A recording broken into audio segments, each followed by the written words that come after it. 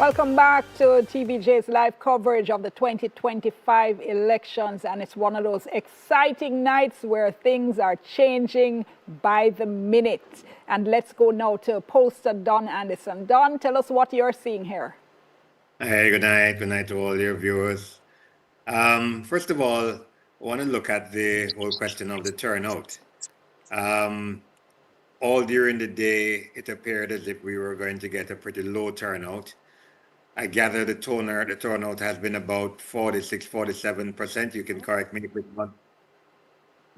Yes, I gather it's between 47% thereabout. So it has not reached where we thought it would, based on the data that we have said it would. But it's very much in line with what I anticipated it to be, because generally when we do polls and we ask persons about the likely turnout, it is always overstated by a couple percentage points, and therefore we're not surprised that it is not 50%. But at some point during the day today, it didn't look like it would get to 45%. So I think this is not a bad number, but obviously is a cause for concern that we haven't topped 50% on this particular situation after really about a year and a half of canvassing, campaigning, polling, and what have you. So that's the first comment. The second comment is that it is turning out to be as competitive as I anticipated it to be.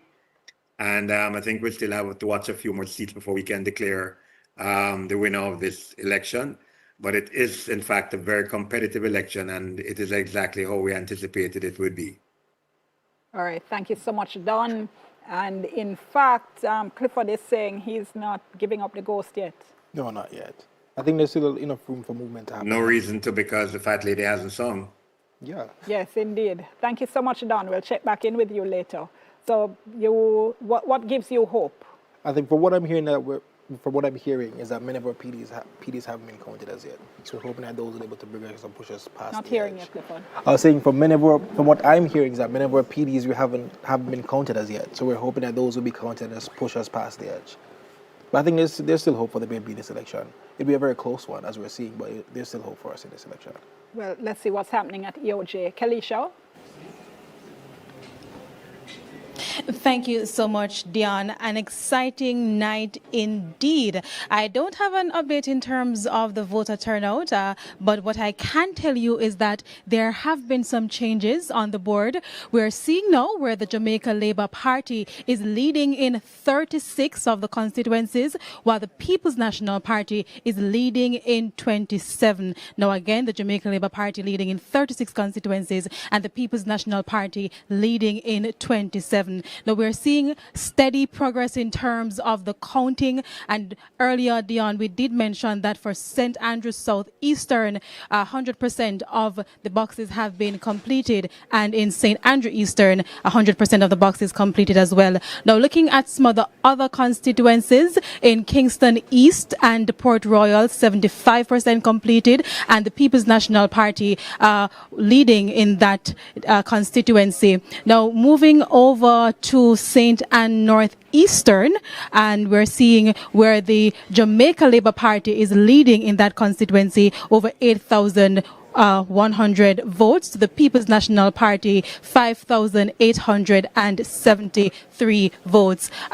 Again, we're still waiting in terms of the final update in some of the areas. We're seeing where some constituencies, for instance, Clarendon Southeastern, only 15% of the boxes counted so far. In St. Catherine Southeastern, 21% of the boxes counted. Dion, I'll continue to monitor what's happening here and provide you with the latest figures as they become available. It's back to you. Thank you so much, Kelly Shaw. So JLP leading in 36 seats right now, PNP with 27.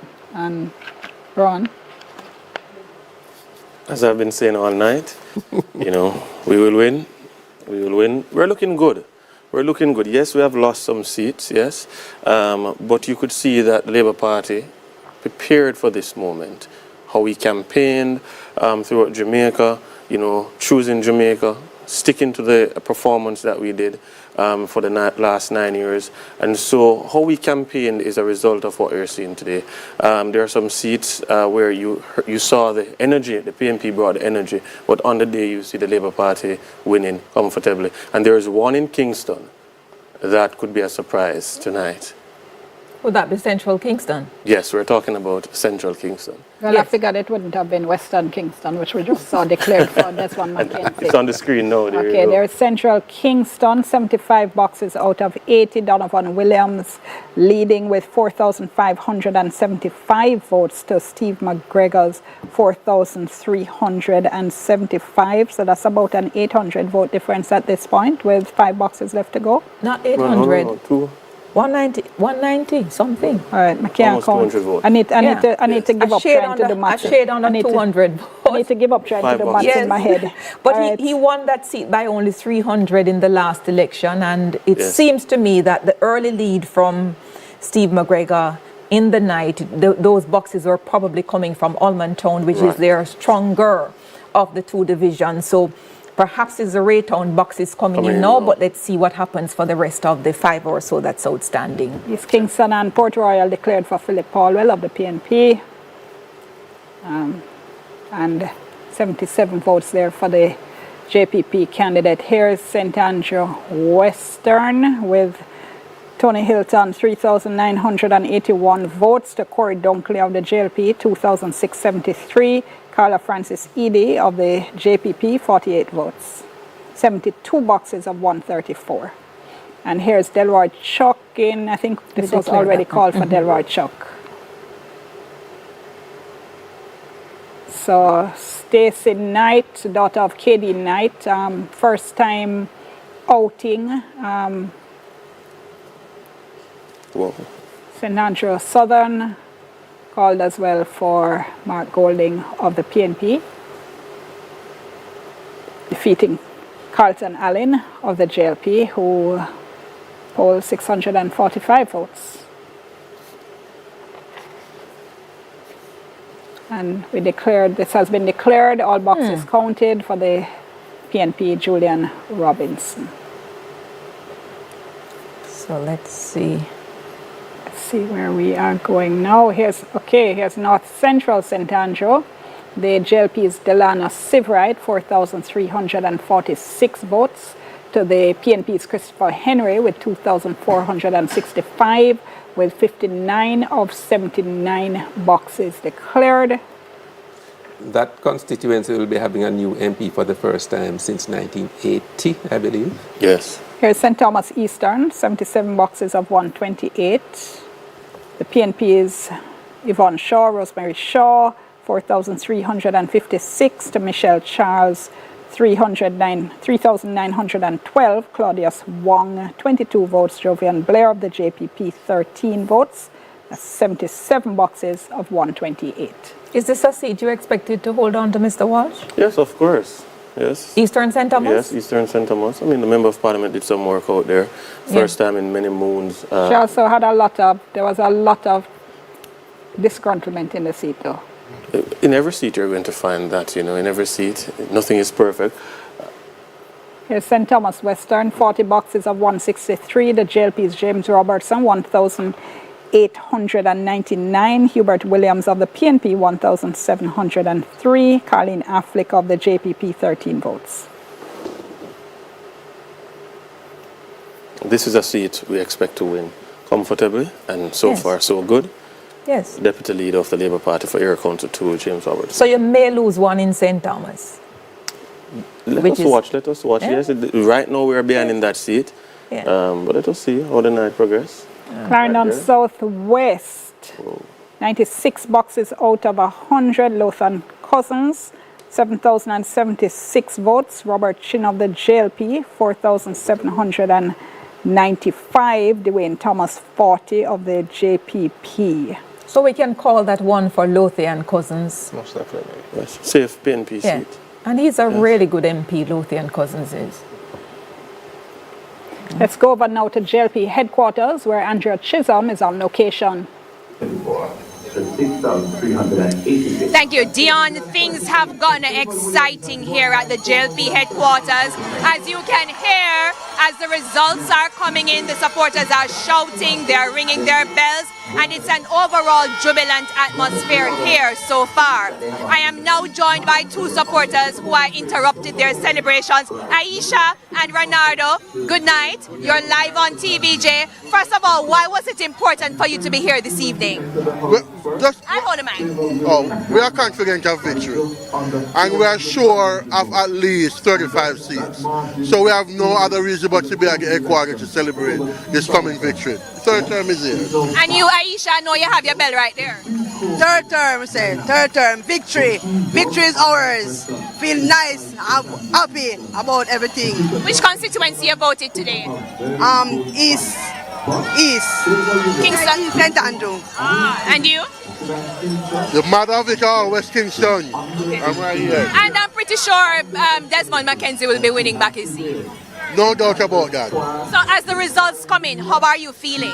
You know what? I'm actually feeling confident because the PMP numbers are not looking impressive as how we have started to have been for the last 12 months. So far the numbers are looking steady and it's coming in the way how I would like it to come in.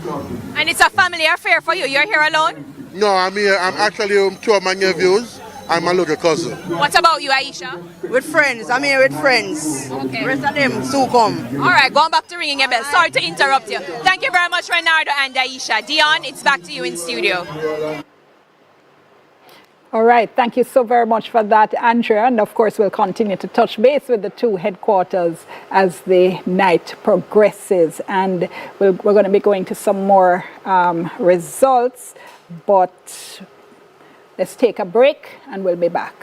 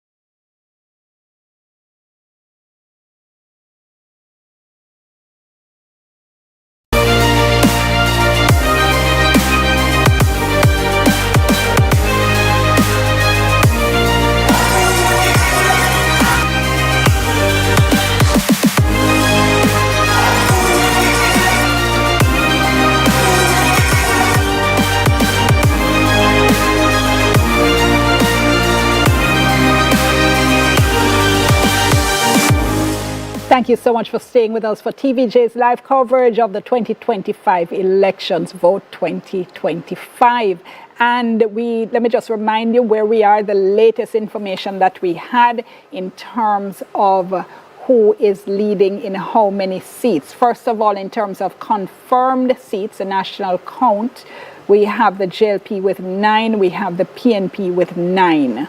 What we had heard from Kelisha, who is at the electoral office, the last time we touched base with her about 15 or so minutes ago, she had said the JLP was leading in 36, the PNP was leading in 27.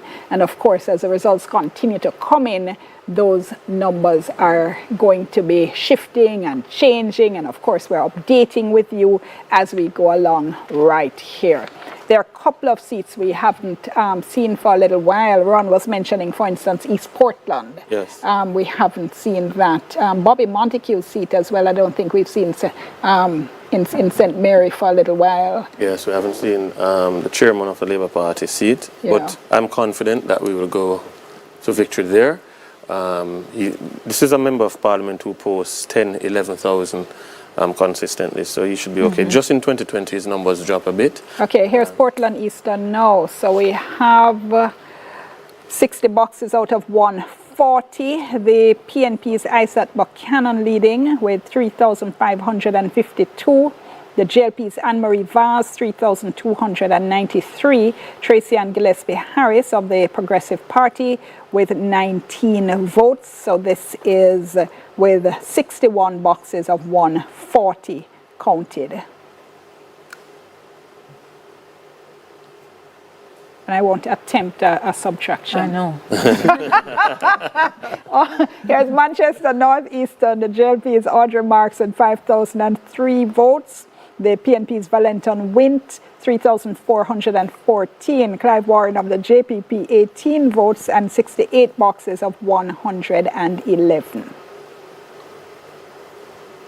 Clarendon Southeastern, we have the JLP's Pernell Charles Jr., 1,431. Sian Barneswell of the PNP, former mayor, 1,005. Sian Thomas of the JPP with 11 votes. That's pretty early still, 22 boxes out, 144. Been like this for a while now.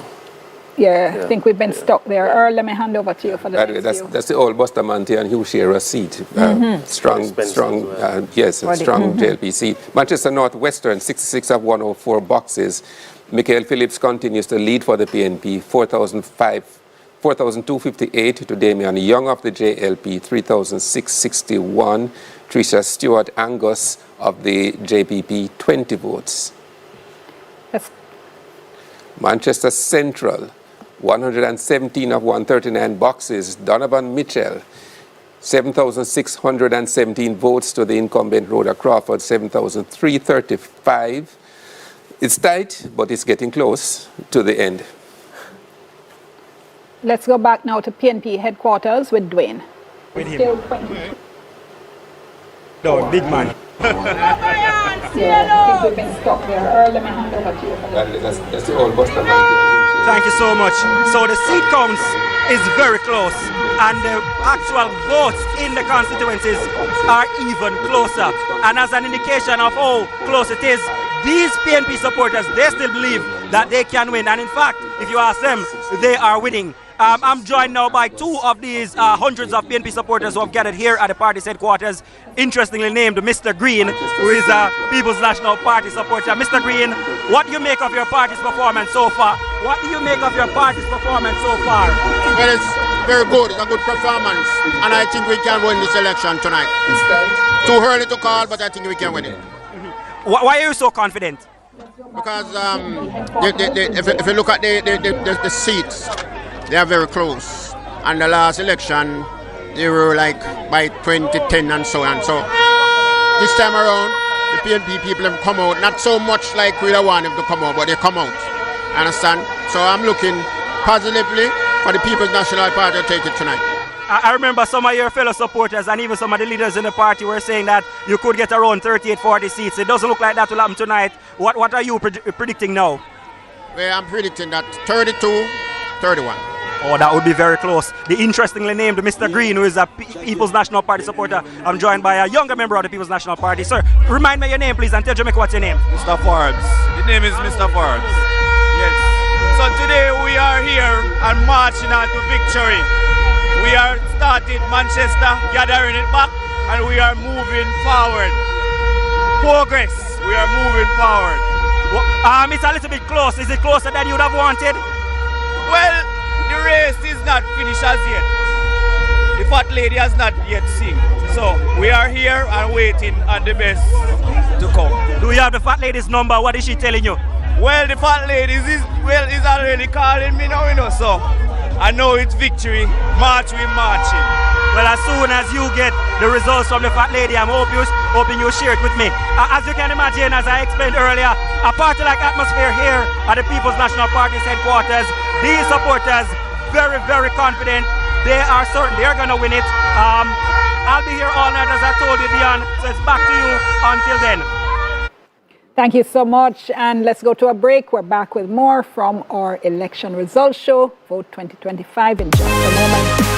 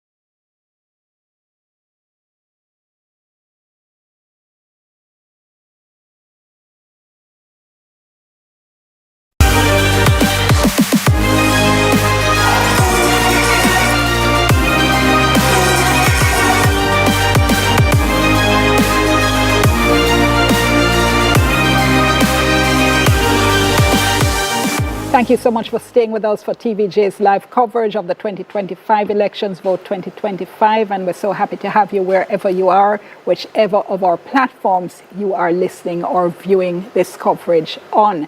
Now, I think at this point, though, what we can say is that it's not going to be a landslide for either side. And I have to say, I think that's good for the Parliament and good for democracy overall. Okay, here we go again. Earl, let me let you take this. St. Elizabeth Southwest, one of the seats to watch.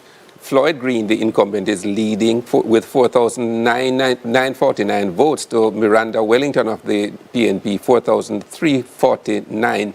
So he has a fairly comfortable lead at the moment in the context of that constituency. St. Elizabeth Southeastern, very close. Norman Scott of the PNP, 1,004 votes. The incumbent Franklin Witter, 991. And Raymond Dobbs of the JPP, he has 11 votes.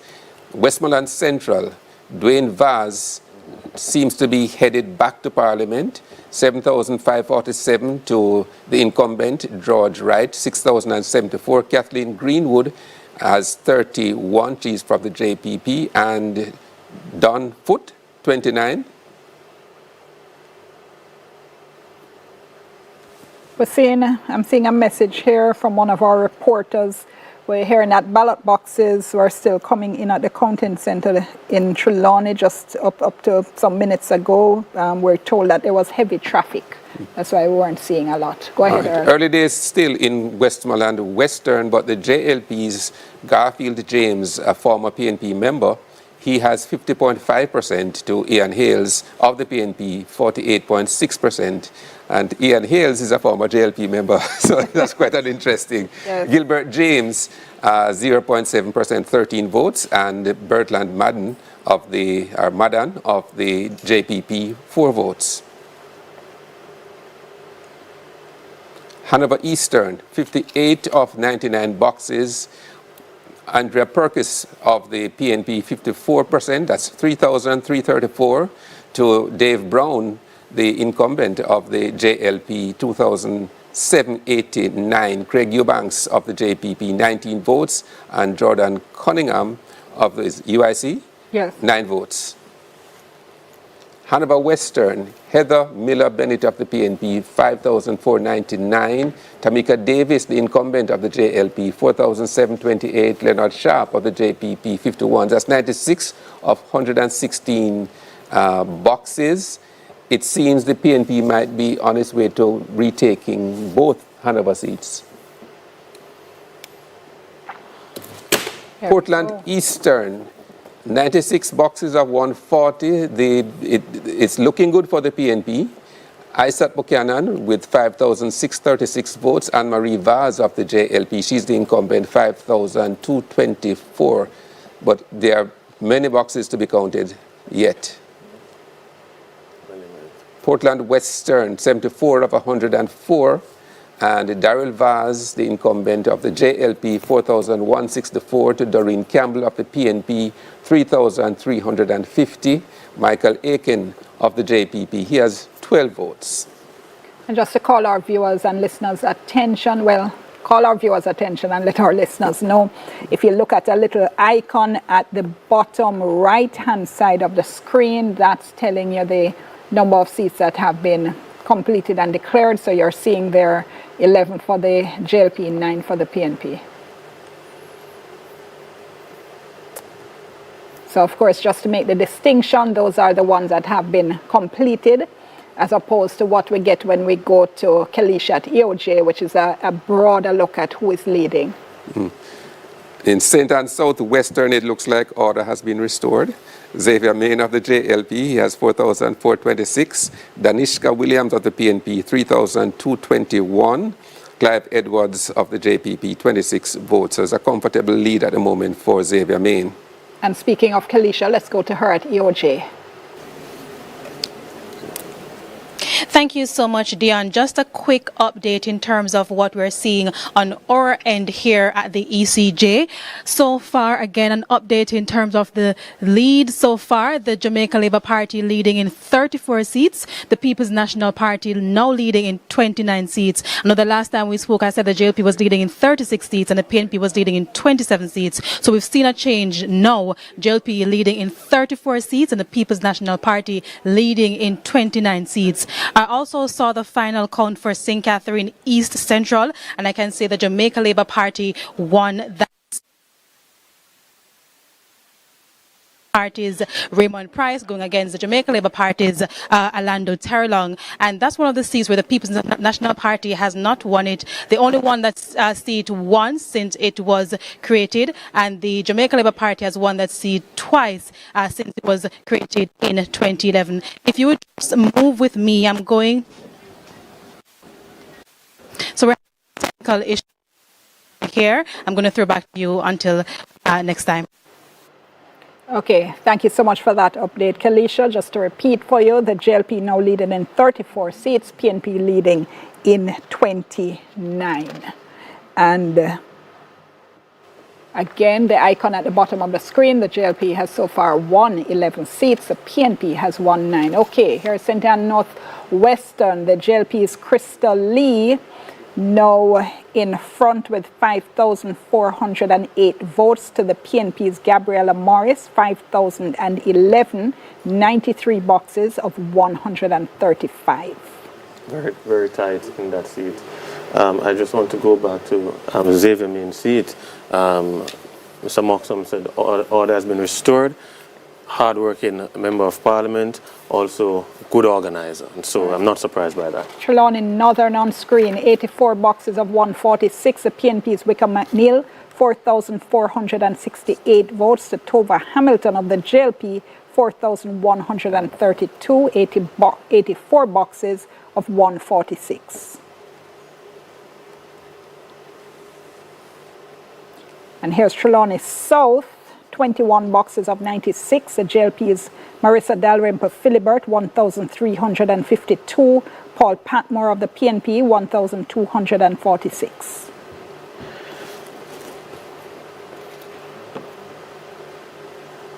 And we go now to St. James South. Haven't seen this for a bit, I think.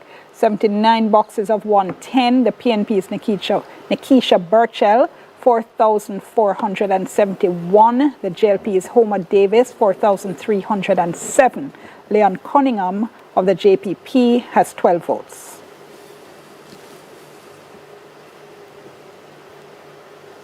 St. James West Central, 58 boxes of 106, so they're about halfway there.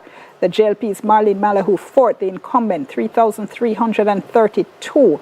Andre Horton of the PNP, 2,921. Clifford Barnett, 13 votes.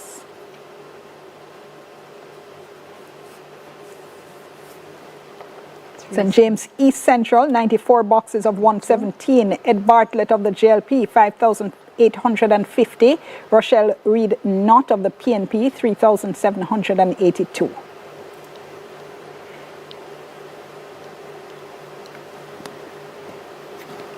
And we are moving on to, let's see, there's St. Thomas Eastern. Let's see, this is 105 boxes of 128. The PNP is Yvonne Shaw, 5,982. The JLP is Michelle Charles, the incumbent, 5,595. Claudius Wong has 28 votes. Jovian Blair of the JPP has 20. I think Yvonne Rosemary Shaw used to be a member of the Jamaica Labour Party. Mm-hmm. I think she actually worked very closely with Dr. Michelle Charles's father, Pernell Charles Sr., for many years. And she was a former mayor in Morant Bay as well. Yes, right, Yes. Earl? Yes. And so she's putting up a fight, and it seems as if the JLP is going to lose one of the St. Thomas seats. Here's this the other evening. one up there, St. Thomas Western, 105 of 163. James Robertson of the JLP, 5,443. The PNP's Hubert Williams, 4,806. Carleen Affleck of the JPP, 35 votes. And St. Catherine Southeastern, this is the one I think you've been saying we hadn't seen. Yeah. This is about, not quite 50% there, 48 boxes of 135. Alfred Dawes of the PNP, 2,716. Robert Miller of the JLP, 2,617. No, go again, 2,615. Casey and Radcliffe of the JPP, 30 votes. I think this is literally the first time we've seen this one all night. We've seen that one. My count is a little bit One farther second than for me. this, St. Catherine Northwestern, 83 boxes of 122. Damian Crawford of the PNP, 4,328. Newton Amos of the JLP, 3,598. Lloyd Smith has 12 votes of the JPP.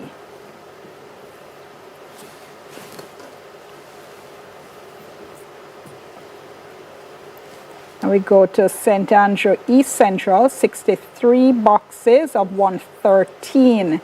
Dennis Gordon of the PNP, 3,301. Davian Vassell of the JLP, 2,774. Princess Ford of the JPP, 57. You are saying this is Peter Phillips' Yes. old constituency. Young candidate, doing well so far, going well. Mr. Vassell. DK Duncan's constituency in another lifetime as well. Here's Juliet Holness, St. Andrew East Rural, 77 boxes of 137. She has 4,925 votes to the PNP's Patrick Peterkin, 4,545. Kamisha Hendricks, 29 votes of UIC. Purcell Jackson of the JPP, 23 votes. Speaker of the House. Former, yes. I don't think we've seen this one for a while. St. Andrew West Rural, 124 boxes of 140. And the incumbent, Juliet Cuthbert Flynn, with 7,152. To Joan Gordon Webley of the PNP, 6,213. George Roach of the JPP, 62 votes. And only 16 boxes to go. Yeah. Earl, let me let you take over. Manchester North Eastern, Audrey Marks of the PNP, 56%, 6,472 votes. To Valentin Wint of the PNP, 5,144. Clive Warren of the JPP, 30. That's a seat that was dominated by Audley Shaw for quite a while. And Manchester North Western, 83 of 104 boxes.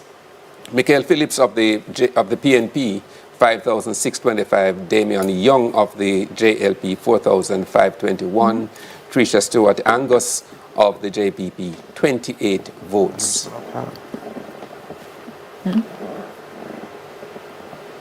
St. Elizabeth Southeastern, Norman Scott continues to lead, but is only 17 of 109 boxes. He has 1,004 votes to Franklin Witter, 991. Raymond Dobbs of the JPP, 11 votes.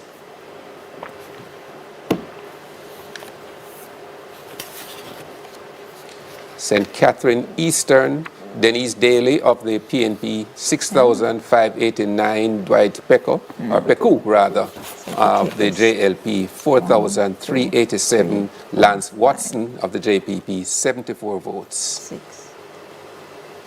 Clarendon Northern, Wavell Hines continues to lead there. It's 81 of 100 boxes, and he has 4,380 votes to Dwight Sibley's, the incumbent of the JLP. 4,303, Jodelyn Casey Edwards of the JPP, 19 votes.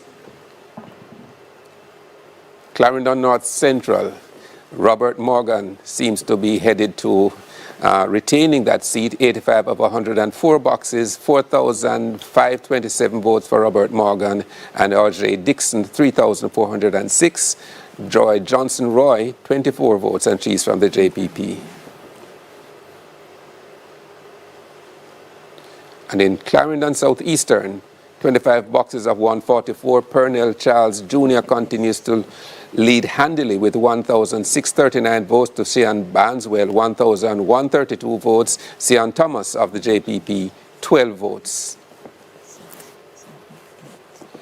St. Catherine Northwestern, Damian Crawford, 4,608 votes for the PNP, and Newton Amos for the JLP, 3,781. Lloyd Smith of the JPP, 13 votes, 89 boxes of 122.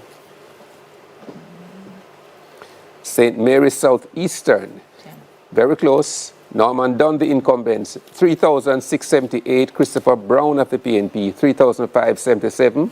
Mark Hutchinson of the JPP, 12 votes, 63 of 112 boxes.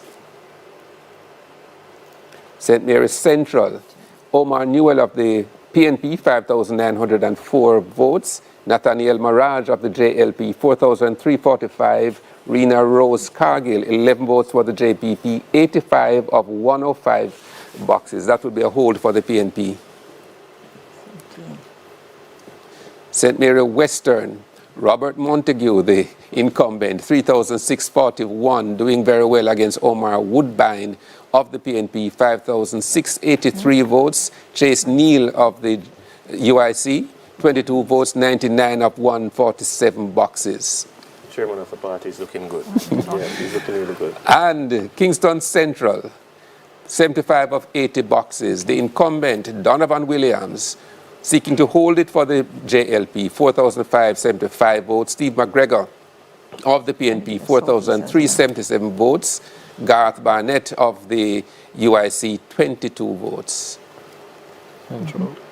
Dwayne Smith in St. Andrew Northwestern, 4,402 votes to Ethelene Miller Simpson of the PNP, 3,293 votes. Orlando Robinson of the JPP, 79 votes, and that is 80 boxes of 112 counted.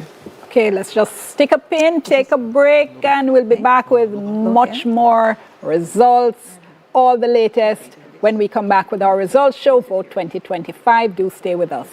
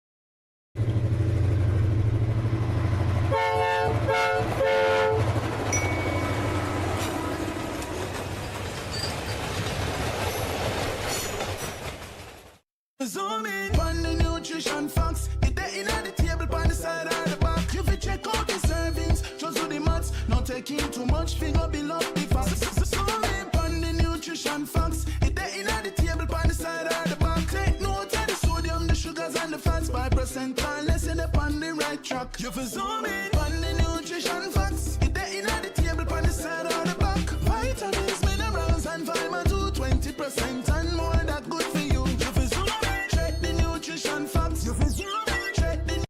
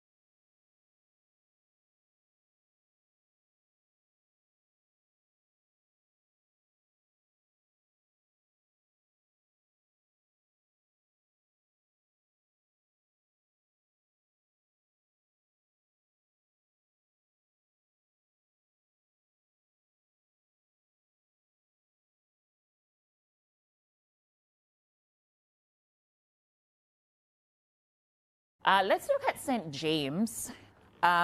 Most of the parish, just looking at the view here, this is St. James for those who are looking at on screen, is green with the exception of St. James Southern, where Nikisha Burchell is now just ahead of the incumbent Homer Davis there. So she has 4,471 votes compared to Davis's 4,307, but still quite a number of boxes to be counted, 68 of 106. So there is still some time. We still have to keep an eye on that one because it is still quite close. The rest of the parish lit up fairly green. So let's look at St. James Central. The JLP is ahead with 3,589 votes for Heroy Clark compared to 2,627 for Janice Allen of the PNP. Well, Jenny, I can tell you, I'm being informed dutifully here that Homer Davis has won South St. James by 95 votes. Wow. I'm being told by one of our correspondents, they're very experienced campaigner. Clean sweep St. James. Yes, so the That's what I'm being JLP told of now. St. James is what we're being told. All right, that person is at EOJ. That's based on EOJ stats. That's based on those numbers. All right, I will wait for them to upload it to us so we can show it to the audience on the smartboard. But that was the only I'm one that also was learning from holding another out. source in St. James. Clean sweep St. James. Yep. Clean sweep St. James. So Marlene Malahu It's all Fort has green. won West Central St. James. All Homer, right. Homer Davis has won Southern St. James. Heroy Clark has won Central St. James. And then Dr. Spence, the other two seats were never in doubt. No. All right, No, that is so significant. Yes. St. James is all green. We wait for those updates from That is the significant EOJ because in the next batch. Because to clear that 18-seat hurdle, the PNP They would have needed needed to snatch one or two from St. from St. James. Correct. And they have not been able to. And South St. James was the most likely one. Right, Desmond? Yes. That was the most likely one. That's a Derek Kelly seat that they held for several terms. Yeah? And Nikisha Burchell, a young woman from the area, put up a spirited fight. Yeah? But she has been defeated by the old hand of Homer Davis. You know, Homer Davis has quite a history in that seat.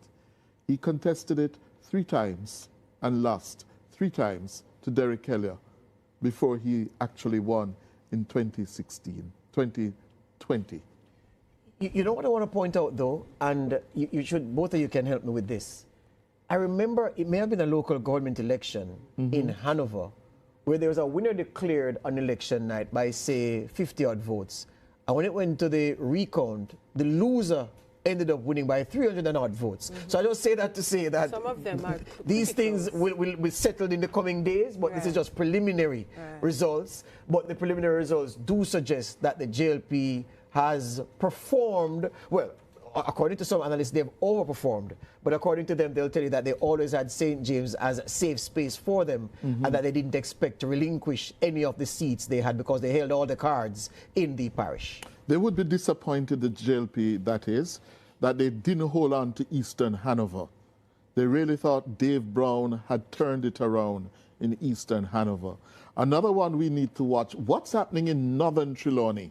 That's where Wickham McNeil is up against Tova Hamilton. What is happening there? Right. Well, the last information we have, your team might have something more updated, but the last information coming into the board is that he is ahead by around 300 or so votes, 4,468 for Wickham McNeil to Tova Hamilton's 4,132, and they still had quite a bit to go based on this information. This was at 67 box counted. So 67 of how many? Of 135. Oh, that's a lot more, still quite a way to go. So they still have quite a way to go. We'll wait to see what comes in the next update. George looks like he has more recent information than I do. I have something. Well, not on that one. I'm not troubling you on that one, Janae. Okay. I'm being told reliably that in Southeast St. Elizabeth at 9:13 p.m., it's now 9:14, that Frank Witter is leading Norman Scott by 1,700 votes. I don't know how old that race is, but it has to be quite old, the count. Frank Witter ahead by 1,700 in Southeast St. Elizabeth. Another significant obstacle in the PNP's route to Jamaica House. Yes.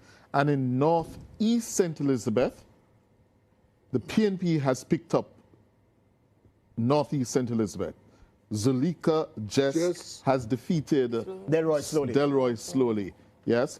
She polled, according to one of my sources in the constituency, Jess won with 8,254 to Slowly's 7,523. And she says, jubilation in Northeast St. Elizabeth. Yes, yes, yeah. So, and that again was a must win, must pick up for the PNP. And also, going to Walden University really helped me a lot.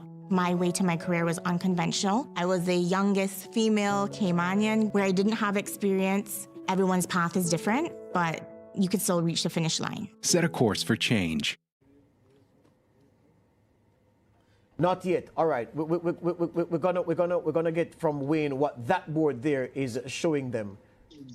But well, let's do the declaration first and come back with the update. See if we can get Southwest St. Elizabeth. Well, the latest I have from Southwest St. Elizabeth, 94% of the votes in JLP, 9,044 for Floyd Green, well ahead of Miranda Wellington, 7,650. If Floyd Green wins this, then it's over. Yeah. It's over. I need to get how old the Frank Witter count is, because that, if Southeast St. Elizabeth is over and then we add Southwest St. Elizabeth, we can have an early night. We don't have to stay here all night, because if those two go, along with Eastern St. Andrew, and Western St. Mary seems headed to the labor rights with Bobby Montague, then we can call it a night. Okay, Wayne? Yes, I'm here. You hear me? Yes. What more can you tell us in terms of the numbers? You hear me? Yes, we're hearing you. We're hearing you, Wayne. Yes, I can give you a copy on the wait a minute. Oh, Lord. It's 84%. What the hell is happening? Hold on. Hold on, Wayne. Hold on, Wayne. The audio is wobbling again. Yes? Wayne, you want to try again?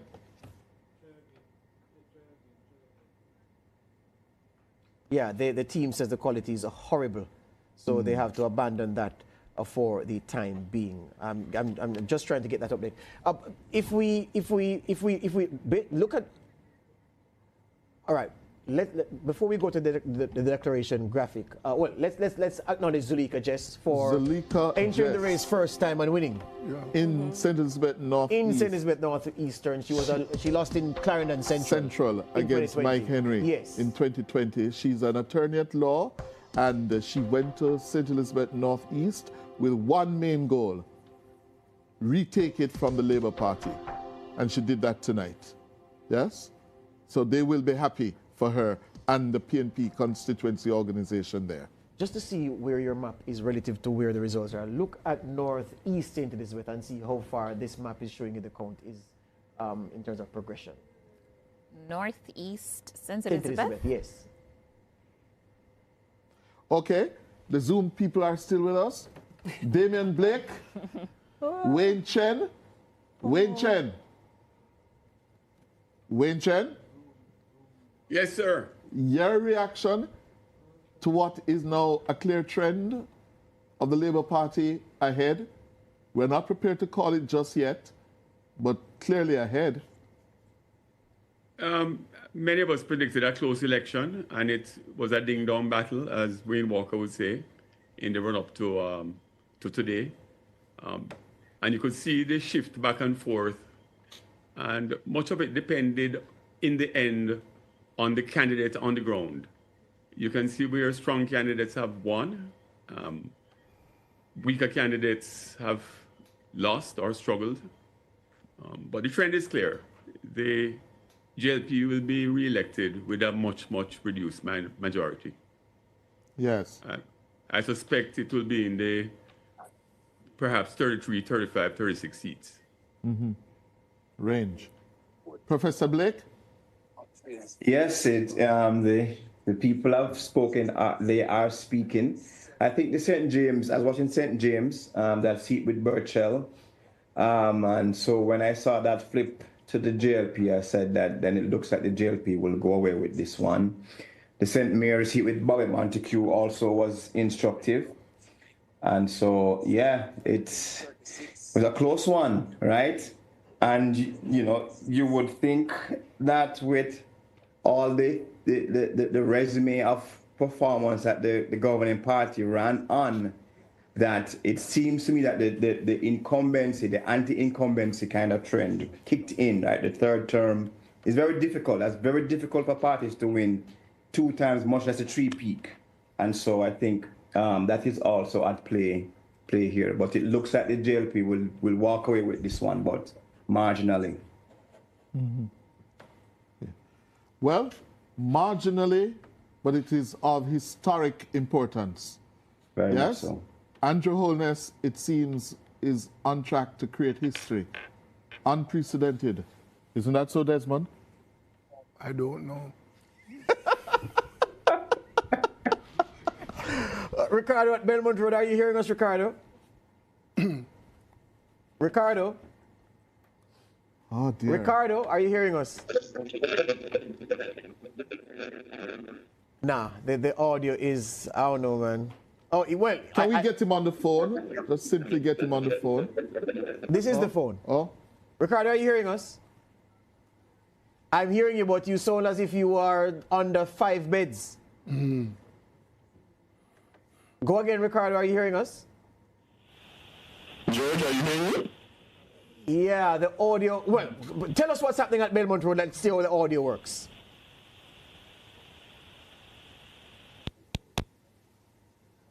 Ricardo? All right, so, yeah, the audio, again, is undermining the points that we're trying to highlight for the listeners. Before we go, is Wayne online? Is Wayne online? Is Wayne online? Is Wayne online? Oh dear. It's the quality of the audio. Okay. All right. Saeed, where we are now, the JLP seems headed for a 3rd term.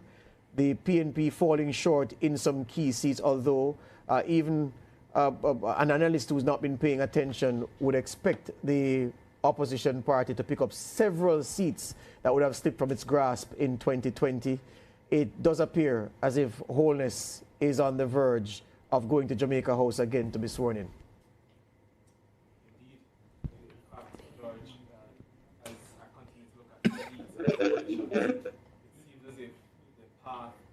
Victory continues, or the paths rather. They had several paths to take, but that seems to be narrowing down. Interestingly, looking at St. Andrew West Central just now, the Prime Minister's seat. Interestingly, George and Cliff, I see where, I don't know if that still holds now, but last I checked, Paul Buchanan was leading the Prime Minister in that seat. Very interesting one for you all to pick up. Certainly we don't expect that to hold, but very interesting. I've never seen that before since I've been working with elections. No, this is surprising. Absolutely surprising. Because here it is, I'm just back onto the EOJ website, 83% of the votes counted in the Prime Minister's constituency, and Buchanan of the PNP is leading by 100 votes. Again, I don't expect it to hold, I can say 105, that. But yes. it is significant to my mind at this stage. It's huge. Significant. But that this is happening. Cliff, remember hold on, Desmond. Just look at these numbers. 18 boxes to go. 18 boxes to go. It should not be nowhere this close. Yeah? Nowhere this close. But no, Cliff, it is not a JLP constituency, you know. It is Andrew Holness's constituency. The Prime Minister but what I'm saying, it is not like West Kingston. No, it's not like a West Kingston, but the Prime Minister should not be within reach. But what I will say, though, is this reminds me of last election as well, when Peter Phillips's seat was also in a bit of turmoil where the numbers were concerned, but he managed to hold on and go through the tape. Well, let me get some views from the young people, because very interesting stuff are happening in the election. Suel beside me saying that she's stressed out. I don't know why she's stressed. I mean, if that's how you look when you're stressed out, then, you know, give me some stress. But Suel, tell me. Let me just tell you this. I'm just being told by one of my sources. Yes. All boxes are still to be counted. Seward primary in the Prime Minister's constituency. Those boxes are still to be counted. Yeah, and there are 18 boxes to be counted. Yes, sir. Right. So let us see what happens. And Saeed, just before you go, let me just prime what you're saying with this. Yes, sir. Kingston Central. In the time we've been here, they've added 2 more boxes to the tally. As you would expect, they're arguing over each and every ballot pulled out of those boxes. So 2 more boxes counted, and Williams' lead is diminishing. Donovan Williams now only 68 in front of Steve McGregor as they inch to the 80-box mark. They've gone 77 of 80 boxes. McGregor is leading by 68 votes. I can tell you that also we can add another one to the JLP column. Not surprising here that Southwest St. Catherine, the monster that is Everald Warmington, roaring home. He's now 10,551 votes. This may be the first candidate anywhere across the island to breach the 10,000 vote mark. Dr. Kurt Wall, 8,444. So look at Warmington's tally. 2,000 plus ahead of Wall, and there's still 1 box to be counted. So this one is JLP, and as usual, Warmington in domineering fashion in the general election. Yeah. Very, very interesting stuff there, George. And that's just been declared Clifford Everald Warmington. But ladies and gentlemen, very interestingly, we were talking earlier about misinformation, information, and how this plays, especially in the social media space, with young people leading up to an election. You've been seeing the results so far. You've been seeing the clash of words, the clash of information. Can I just give you 2 more? Two on. The East Rural St. Andrew. Yes. Juliet Holness's seat. Yes. She has won it. Okay. Yes. 90% of the votes counted. She's ahead by almost 1,000 votes. 8,445 to 7,487. St. Thomas West, the PNP had hopes of finally beating James Robertson. Roberts is getting home with 85% of the votes counted. He's ahead by almost 1,000 votes. Yeah? The JLP has lost Eastern St. Thomas. Yes. Michelle Charles has been defeated. Never led, trailed from the first Very box stark. was counted, and never recovered. Saeed. Yes, so dealing with information, misinformation, grappling with all of that in the space, seeing the results so far, do you think it made an impact?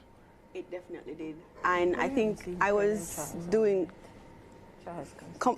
I'm sorry. Cliff, you have another one? Yes. Go ahead, Sir Cliff, go ahead. It seems as if Anne-Marie Vaz has been defeated by Isaac Buchanan. Wow. Yeah, it's supposed to be 1-1 in Portland and 1-1 in St. Let me give you the numbers. In Eastern Portland, with 99.3% of the votes counted. If he's ahead, he's on. Isaac Buchanan, 8,290. Vaz, Anne-Marie, 8,072. 1 box to go. 1 box to go. And here's the thing. Sorry, can I give you one before you... No, hold on. No, I think that's going to hold, and here's why. Yeah. What stood out to me with that campaign is Isaac Buchanan went on a drive with young people in that constituency, gave out 1,000 tablets. Yes. Don't know if you recall it. Yes. I'm not surprised at all that it's that close. Certainly not surprised that he's in the lead right now. Well, here's what we can do too. We can declare Southeast St. Elizabeth. Frank, they call him. Frank Witter has come home with 3 boxes left. He's leading Norman Scott by 1,996 votes. Yeah. That's over. 1996, all over bar the shouting. Southeast St. Elizabeth, chalk up that one for Frank Witter. Well, this was very preliminary. Only 3 boxes to go in that. So 106 of 109 boxes counted, and Frank Witter is leading by 1,996 votes. Can you bring up St. Mary West? 85% of the votes in. Bobby Montague, is ahead, 8,182. Woodbine of the PNP, 7,403. That's a lead of 700. Yeah. With 85% of the votes counted. Can I add to that? So it means that Bobby Montague is going back to the parliament. He has recovered. Can I add to that? Can I add to that? Which is why I'm giving you the luxury of calling the election and calling it right this time. Because here's this thing. Exactly. Western St. Mary is going to the JLP. Southeast St. Elizabeth has been won by the JLP, and Southwest St. Elizabeth, bring that up, with very few boxes left. Green, 9,278. Dr. Wellington, 7,865. The gap, the Brits have a saying when they say mind the gap. Mind the gap. Southwest St. Elizabeth, that gap looks too big in the boxes left to count for Dr. Miranda Wellington to breach. It appears as if the JLP have held the 3 seats that are most needed to get to Jamaica House. Yeah, these are numbers with what, 8 and 5, 13, 5 boxes to go. Southwest St. Elizabeth is declared for the JLP. And we can tell you, Rhoda Moy Crawford by Wayne Walker from the EOJ Center is saying with 99% of the votes counted, Rhoda Moy Crawford has won Central Manchester. 9,035 to Donovan Mitchell's 8,861. So can you go ahead now? Roll the tape. We have a winner. We have a winner. Of the election? Yes. Okay, let's go. We are calling the election, folks. Yeah. Studio, you ready? Yes, we are calling the general election. There's no other route. There's no other route. Let's.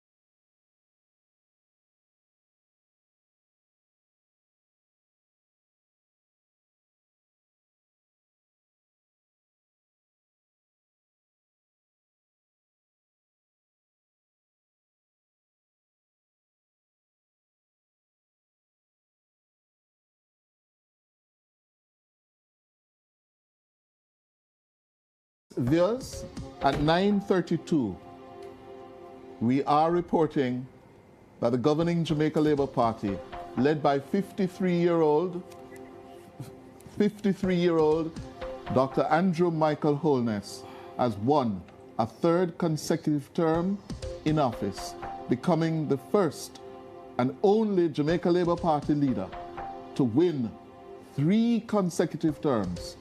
Never before done by the great founder of the party, the hero, Sir Alexander Bustamante, revered by Labourites. Andrew Michael Holness has done what no other Labour Party leader has done. He has defied the odds. He has been resilient as a political figure after being assaulted, attacked, and pilloried for nearly 2-3 years. His personal integrity on the line. The people of Jamaica have stayed with him. Tonight, they have returned him to Jamaica House, and with it, handed the opposition People's National Party, led by Mark Jefferson Golding, a defeat. They have lost their bid to overturn an 18-seat. GoDaddy has the perfect hosting plan for any website. From low-cost shared hosting to your own virtual server. Every plan comes with a 99.9% uptime.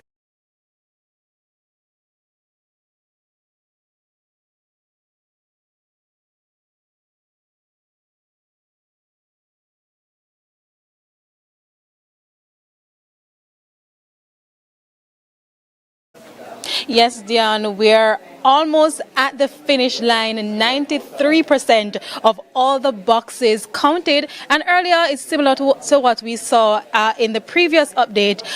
The Jamaica Labour Party was leading by, well, it was 32-31 at one point, and now we're seeing it's back at to 33. So the Jamaica Labour Party leading in 33 constituencies to the People's National Party's 30. An interesting one, Dion, that you pointed to earlier. We're going to go to it.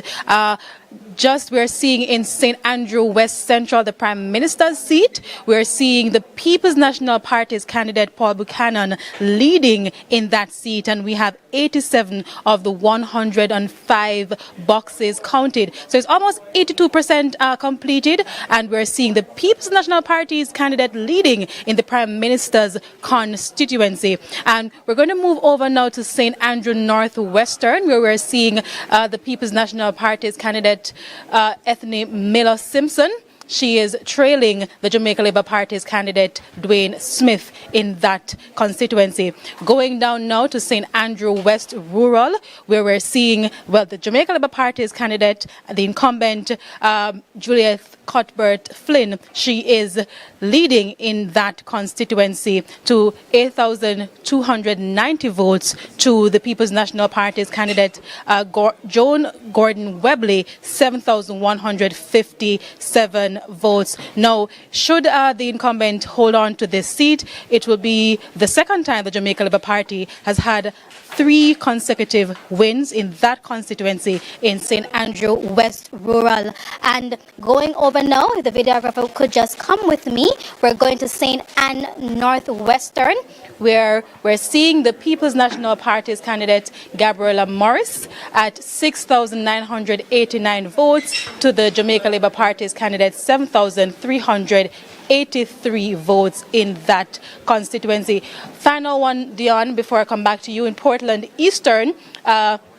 we're seeing the Jamaica Labour Party's candidate still trailing the People's National Party's candidate, Anne-Marie Vaz, 8,072 votes to the People's National Party's Isaac Buchanan, 8,290 votes. So as I said, we're almost there, almost at the finish line for this evening, Dion. 93% of the boxes counted. And again, the People's National Party leading in 30 seats, the JLP leading in 33 seats. It's back to you. Thank you so much. Really important to get that kind of global picture of what is happening. 33 to 30, and you heard as well, it seemed to have been moving a little bit up and down, but the latest figures there, 33 seats in which the JLP is leading and 30 for the PNP. Here's St. Thomas Eastern again. This is 2 boxes left to count, 126 of 128. And this has been declared now for Rosemary Shaw of the PNP.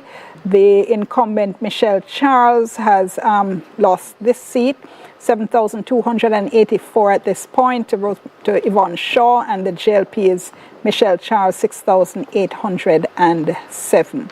Here's Portland Eastern, 1 box left to count here. Isaac Buchanan, 8,290 votes. This is what Kelisha just read for us, but I wasn't sure of the boxes left to count. So we have 1 box left to count, in fact, in Portland Eastern. And Manchester Central. Okay. Interesting. Read from Earl. Rhoda Crawford, the incumbent, has held on to defeat Donovan Mitchell. She secured 9,035 votes to Donovan Mitchell, 8,861. So that's 1 hold in Manchester for the JLP. Strong candidate, hard-working member of Parliament. She deserves to go back to Parliament. Rhoda Moy Crawford, one of Jamaica's best talent in the Parliament. Manchester North Eastern, and Audrey Marks has taken it. 7,652 votes to Valentin Wint of the PNP, 6,209. Clive Warren of the JPP, 33 votes.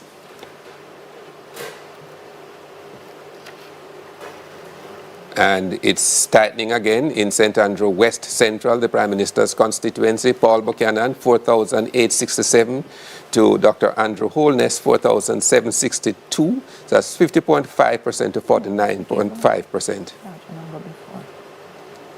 Trelawney Northern, and you have Tova Hamilton, the incumbent, leading Dr. Wickham McNeil, 7,408 to McNeil, 7,198, 131 of 146 boxes. St. James Southern, Nikisha Burchell of the PNP, continues to lead. Completed. Oh, in fact, I didn't see the tick. It's completed, so she has won it for the PNP. So that's one pulled back for the PNP from their loss last time. The work begins.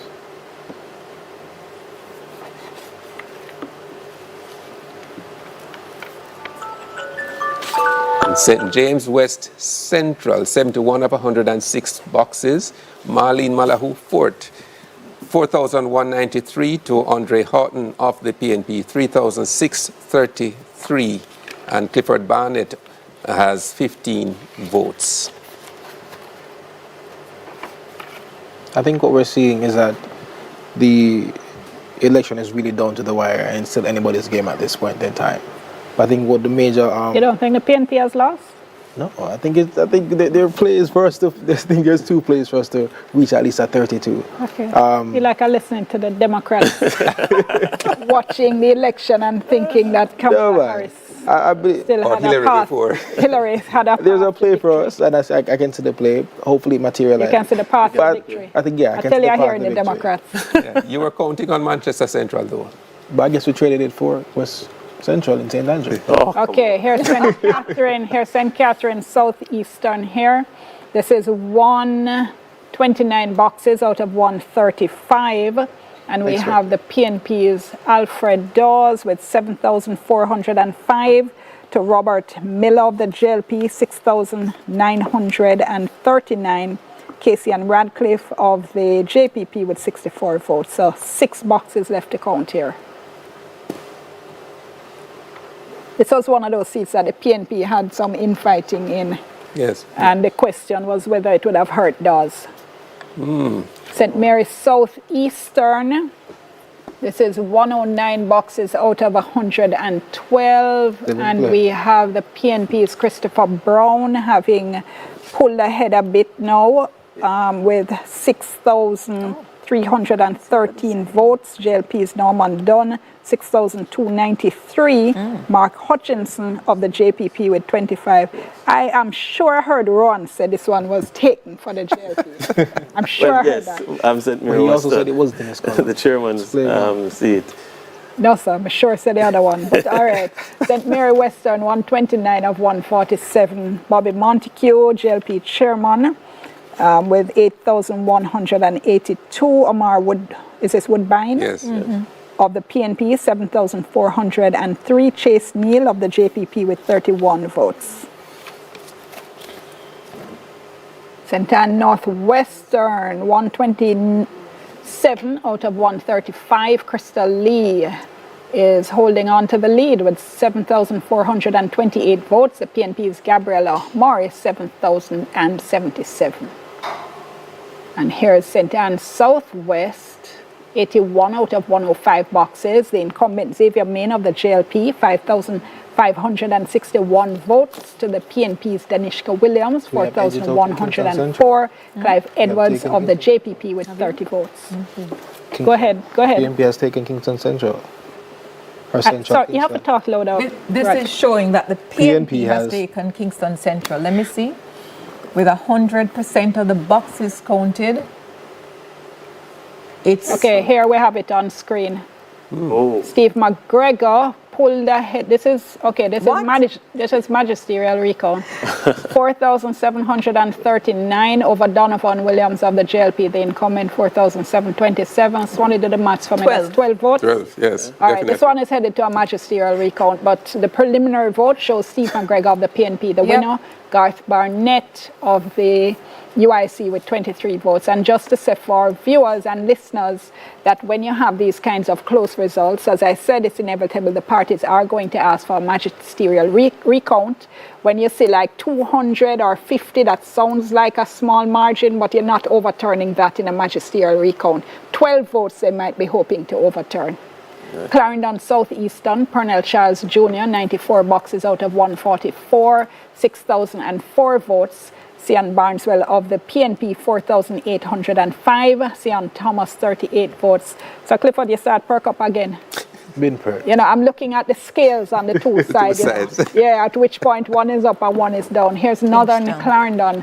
95 boxes out of 100.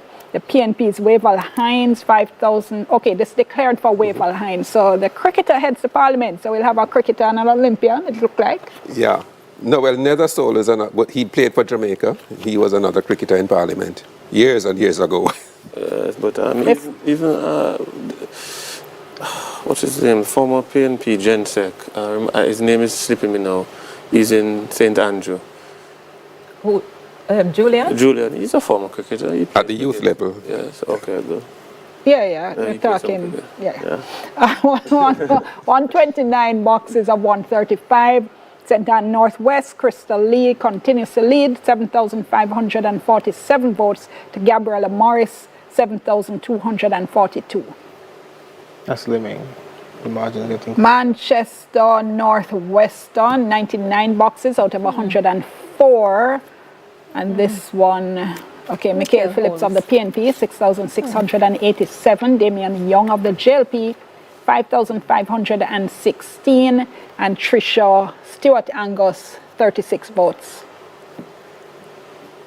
Okay, let's just give you this last one and then we go to the break. So this is nearly completed. So we can say Everard Warmington, this has been declared. Everard Warmington retains his seat. Let's go to a break. Stay tuned. You can hear some of the critical seats. We're still waiting to hear final results. We're back in a moment.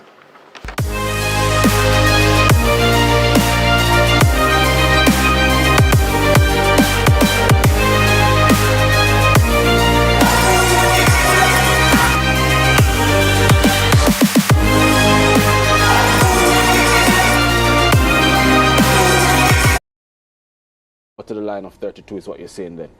Interesting stuff. Well, ladies and gentlemen, it's been quite interesting, and Cliff is about to butt in again, as he always does. And that is totally fine, Cliff. Right at you. No. Go right at it, sir. No, go ahead. Okay. Well, all I was saying, ladies and gentlemen, is that the numbers are showing. It is very interesting that on social media, as I've been following, the young people have been glued to their television sets. They have been glued to their laptops. A lot of them are saying, well, we have voted, let us see how our votes have come out. And I think for the first in a very long time, I get this sense and this energy that our generation, they want to participate more in the process, not just at the polls, but now they were talking more about accountability. Now they were talking more about they need to see in a future Jamaica. And so I think at the end of the day, notwithstanding, it's Jamaica has won in the sense that more people are engaged in the process. This myth, as Kevin calls it, and rightly so perhaps, that young people don't, vote or they're not engaged in the process might be dispelled, because we're seeing more and more people coming out and engaging in the process, not just at the polls, but we will see it beyond the polls where accountability and demands are concerned. Well, but go ahead. Sorry, go ahead, there are some. What is the final seat count? What it is? 34-29 we have now, based on where the parties are. We talk about declared seats based on the preliminary count and seats where a party is leading deep into the count. It's 34-29, 34 JLP. Yeah. The other thing that we need to know, what percentage of the registered voters voted. 41%. I saw Voter turnout around about 41%? Yeah, I saw that somewhere. It was about 41%. That is low. It's higher than last. We had that discussion earlier about how we had a raging debate earlier. I was expecting at least 50. As a matter of fact, I was expecting a 55% turnout in this. Yes. Desmond, let's go to another Desmond. Hold the point there, former PAJ boss. Desmond McKenzie is with Ricardo Brooks at Belmont Road. Ricardo? Can you hear me? Yes, we can. Proceed. Please proceed. All right, I'm here with JLP Deputy Leader, Local Government Minister, Desmond McKenzie. Let me get your reaction to what's unfolding tonight. Well, we're seeing history being created the first time in the history of this great and noble institution, which made all part of the country. We have supported our efforts for a third term in government. I must use the opportunity to say to my party leader and Prime Minister that he has done wonders. He has done something that many, well, not few of us, few prime ministers before, from the Labour Party, as I think. The results tonight, although not yet fully concluded, speaks volume to the work of the Labour Party government and the efforts that people take in the era of council and prosperity peace. Because a number of seats were targeted in the era of council, and you were able to retain the majority of seats. We are watching the numbers with Central Kingston. We will have that and the bigger information as to what will happen after that. But I am pleased of my advantage. But you really took a battery tonight, though. The margin has been significantly reduced. Well, let us win. It is difficult to win a first one. It is even more difficult to win a second and counting the crime, winning a vote. Whatever the numbers are, if it's true, I'm a yard that God said, and appreciate that. So, to be ready to thank those persons who has fallen virtual in the Labour Party for us in amateur guys. So, when I take it all right, yes, Parallel when those we down and but the important thing is that we The numbers we're seeing so far from one central St. Andrews suggests the Prime Minister is actually locked in very close confidence. But what's happening there? No, that is, one of the things that a lot of people don't know, that in elections, there are polling stations that favors candidates. And when those boxes are in a county road, it takes one a false sense. I would be saying the same thing. If it was in reverse.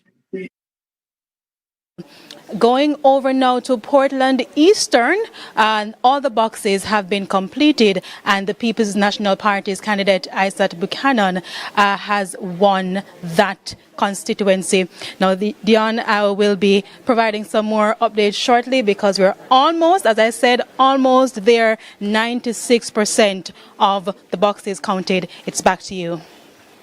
Thank you so much, Kelisha, and really, really interesting here what it is we're seeing, and let me check in with our politicals and see how they're doing. Clifford? I believe that there's still, I still believe there's way for us to go, but regardless of how it pans out, I think the big sign that we're getting from the people across the country is that they want change. They want to see some form of change. I think this is a spinning that has and started. I see that's a signal that we're getting. The people want change. We're seeing it in the Prime Minister's seat, and we're seeing it across the country as well.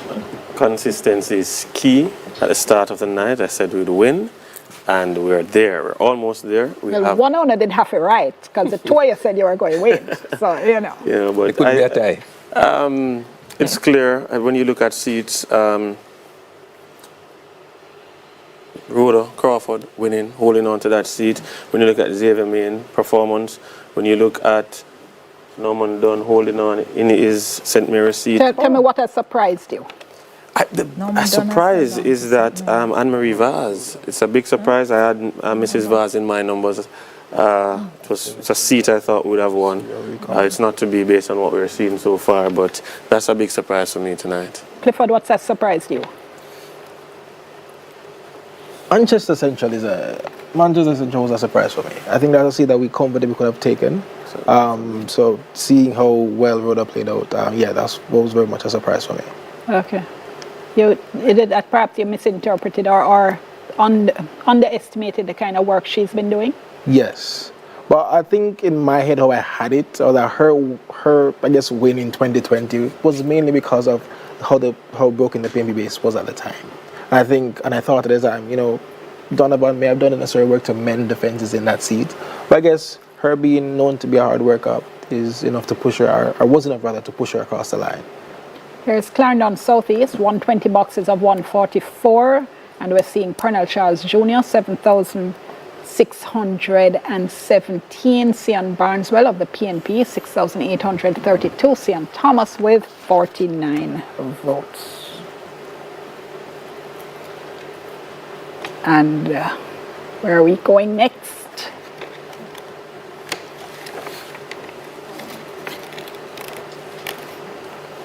So one of the child's siblings remains in Parliament. Trelawney, Northern, we still have 5 boxes left. Let me see what y'all think about. Oh, this is, all right, me and the maths. Tova Hamilton of the JLP, let's stick to the numbers. I can't go wrong reading numbers. 7,894 to the PNP's Wickham McNeil, 7,746. St. Elizabeth Southeastern, 94 out of 109. Franklin Witt of the JLP, 8,000. Okay, I think 8,220. And Norman Scott of the PNP, 6,176. Raymond Dobbs of the JPP, 39 votes. St. Andrew East Rural, 129 of 137. Juliet Holness, 8,617. Patrick Peterkin, 7,865. Kamisha Hendricks has 46 votes, and Purcell Jackson, 38. Purcell, I think.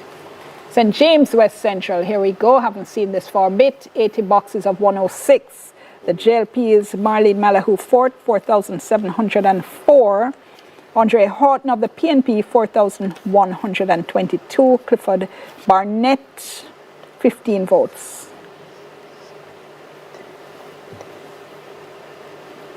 And St. Anne Southwestern, 86 boxes of 105. Xavier Main of the JLP, 5,837. Danishka Williams, 4,280. Clive Edwards of the JPP, 30 votes. St. Anne Northwestern, 133 out of 135 boxes. And Crystal Lee of the JLP, 7,971 to Gabriella Morris of the PNP, 7,317.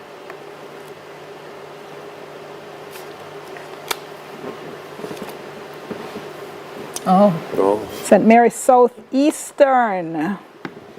1 box left here, and Norman Dunn of the JLP, 5,006. Let's start over. Norman Dunn of the JLP, 6,592. Christopher Brown of the PNP, 6,575. Mark Hutchinson, 26. And that may be the seat I was thinking of in terms of the third candidate. Perhaps his vote making the difference. We don't know which way it might have gone, but, it raises that possibility. Central Kingston as well, because the independent in Central Kingston got 23. Yes. And there's a difference between Steve McGregor and Donovan Williams of 12.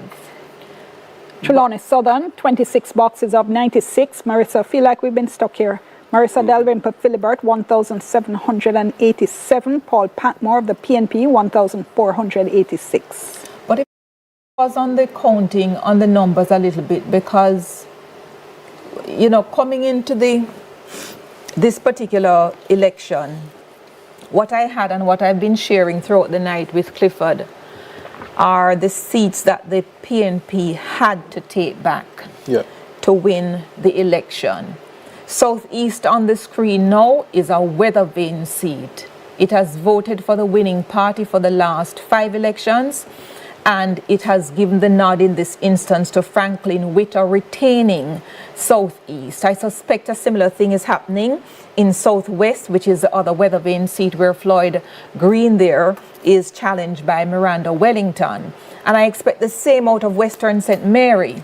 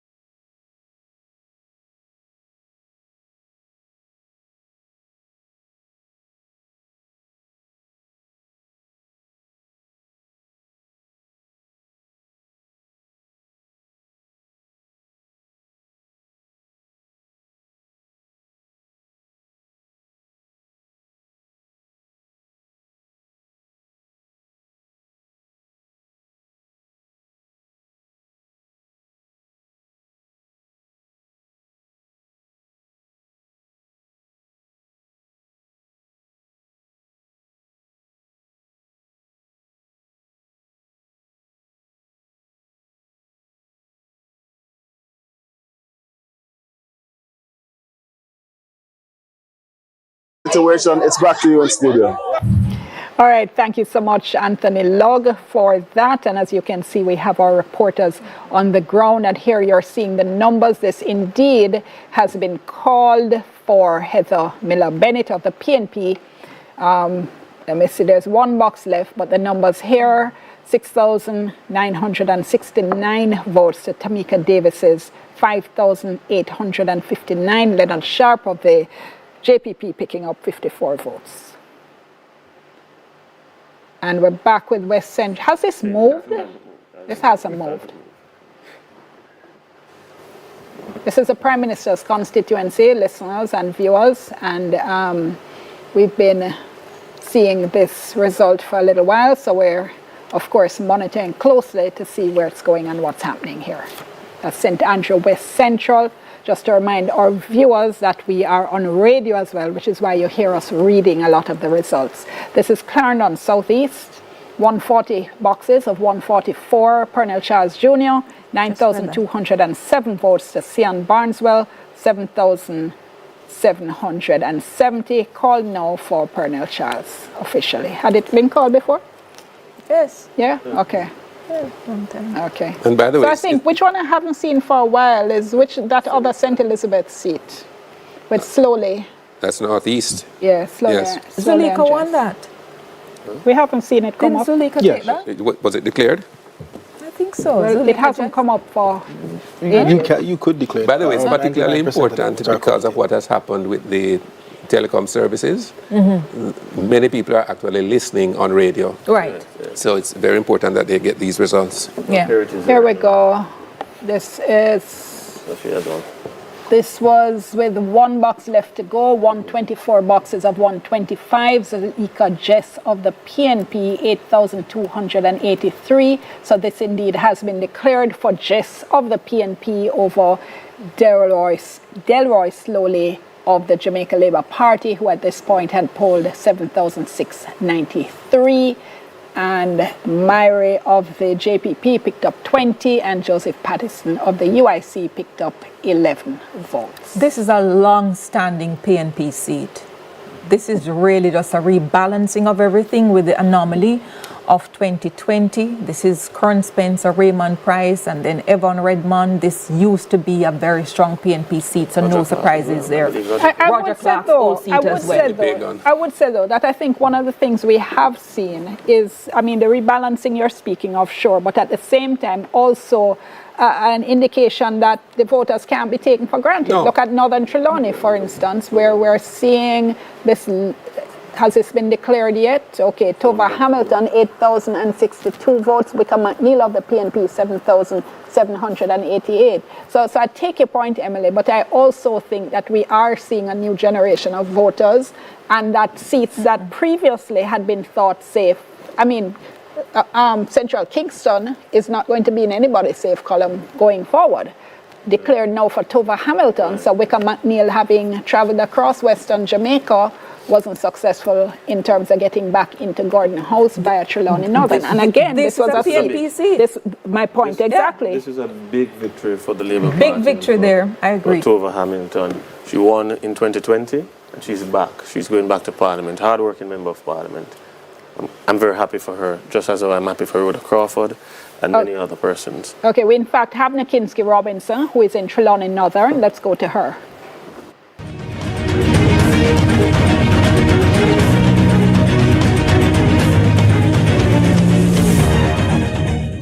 I'm now at the Trelawney Multipurpose Stadium in Falmouth, where the counting has been concluded for the Trelawney Northern constituency. And the word that I'm getting from the election officials is that the seat was successfully retained by the incumbent member of parliament who was seeking a second term as MP, Tova Hamilton. Now, she is the first female member of parliament for Trelawney Northern, and she has successfully done so tonight from what we've heard. She was going up against the People's National Party representative, Dr. Wickham McNeil, who is the political juggernaut who is not new to the scene at all. And so he was seeking redemption because he was unseated when he served as Member of Parliament for Western Westmoreland in the 2020 general election. We saw very frantic and chaotic scenes here tonight where even one of the Jamaica Labour Party supporters, in the height of their excitement and partying, she passed out and she was rushed to seek medical attention.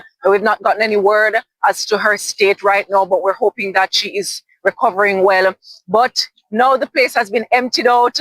The lot is really and truly emptying out right now. As you can see behind me, there's a huge Jamaica Urban Transit Company bus, and just before we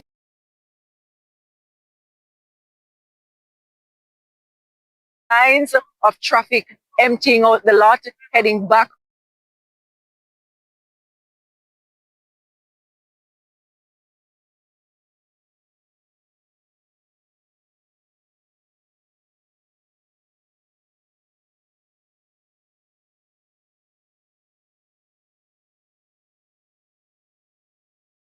The seat, and as I was saying, I think this exactly makes my point. The parties can no longer afford to be complacent and think of seats as, oh, safe PNP or safe JLP seats. And I think that's actually great for the country, great for the constituencies themselves, and overall, as I've been saying, great for democracy. Yes, I agree.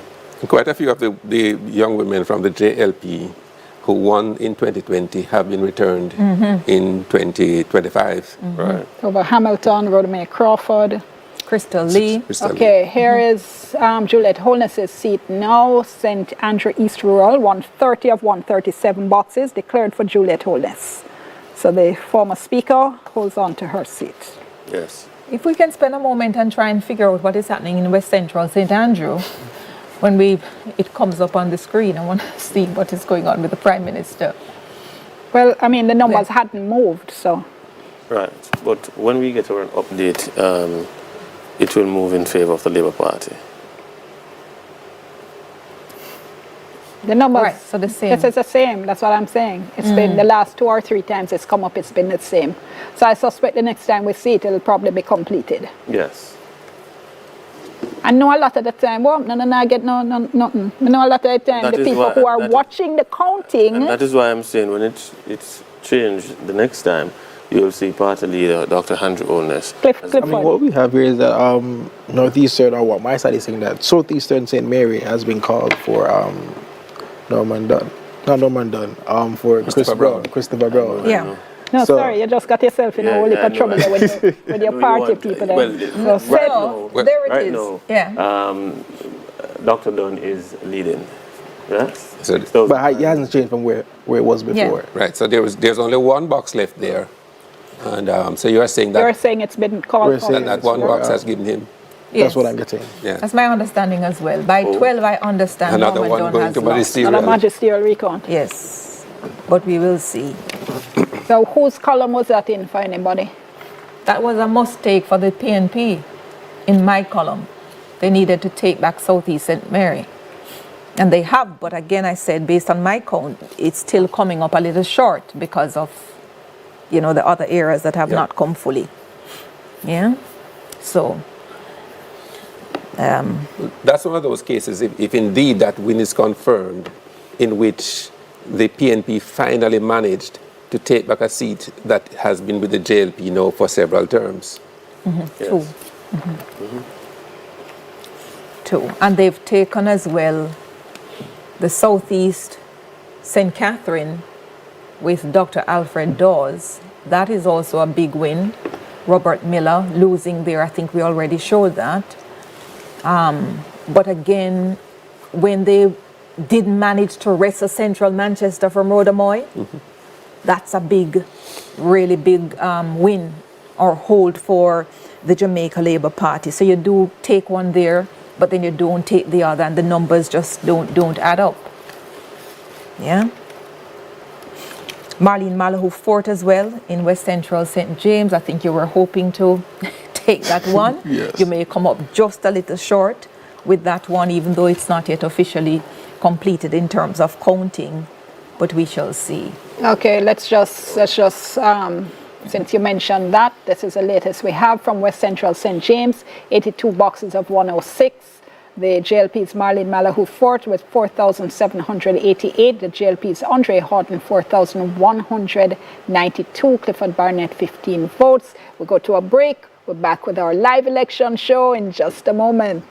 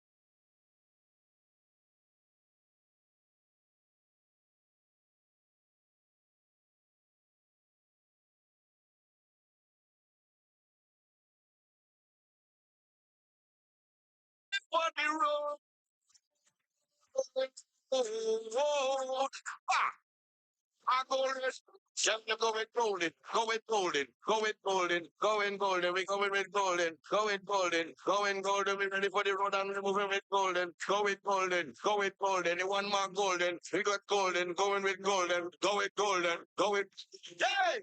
Golden, golden, golden, golden, golden, golden. Have you listened to the name? Golden, golden, golden, golden, golden, golden, golden. Everybody said the name. Golden, Mark, golden, real, golden. Wow, golden. They're around the way when we're strolling. So put your hands up, so. Every Jamaican, hands up, so. Time from that we know. And the man said, go golden, you're ready for the road. Ah, golden, we're ready for the road. Oh.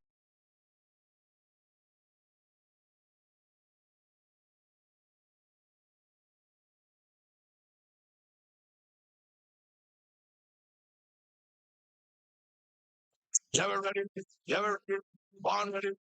Golden ready?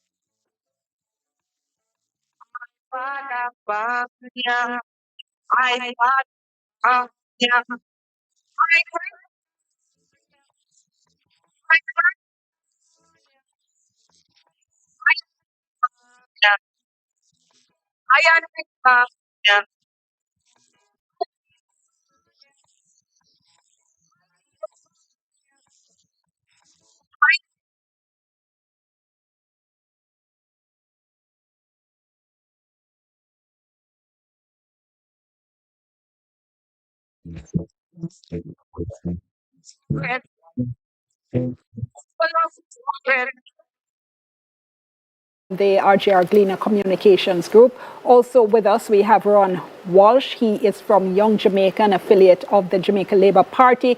Clifford James with us as well, from the PNP-YO, the youth arm of the People's National Party. Jamaica's parliament has 63 seats.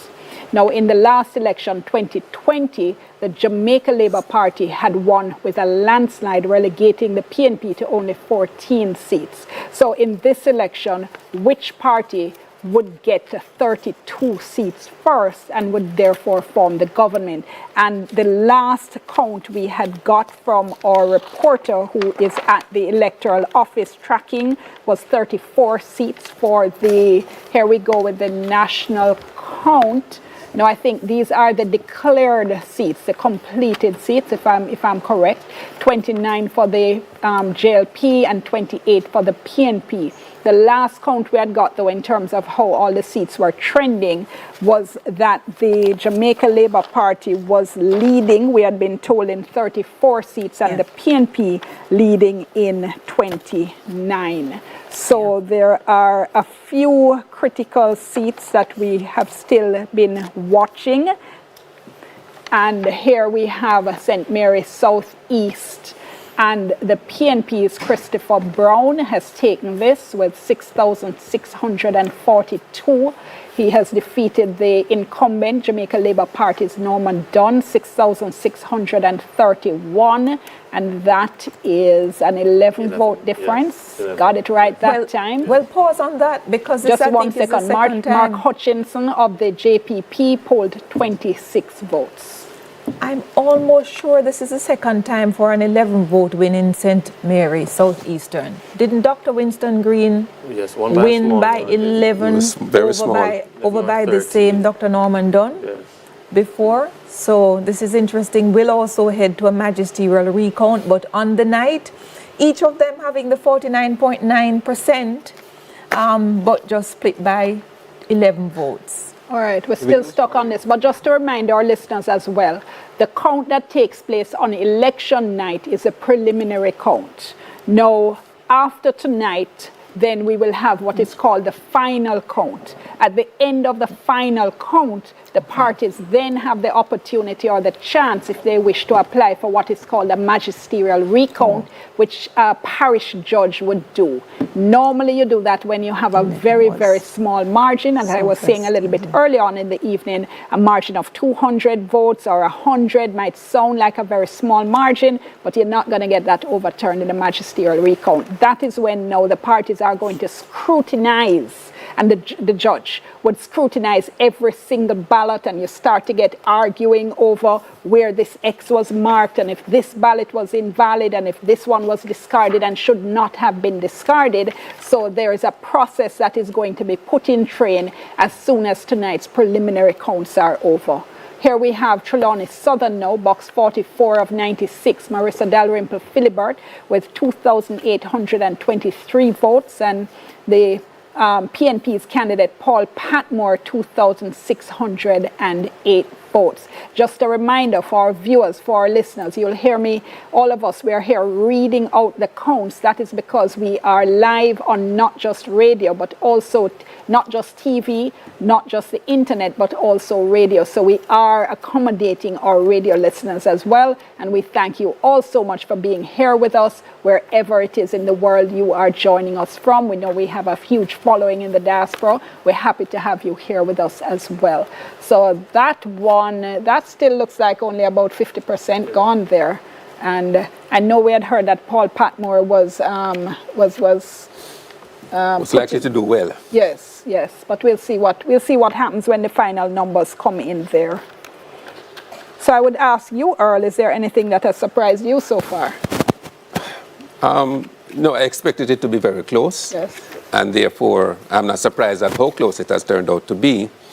I think for many persons, the fact that with 18 boxes left in West Central St. Andrew, that the Prime Minister is, at least by what we have seen, trailing at the moment, but there are still 18 boxes to go, so he could very well, bring it home still. One of the things our listeners and viewers will have heard throughout the night is you will hear one of the panelists saying something like it depends where the boxes are coming from. So in other words, you might have one candidate leading in a particular constituency, but if the boxes left to come in are coming from a stronghold of the other party, then you could see that result turned inside out. And that's basically what it is we're kind of seeing happening throughout the night. Sometimes you see the seesawing of the votes going between the two candidates. A lot of the times that's what's taking place. Yeah.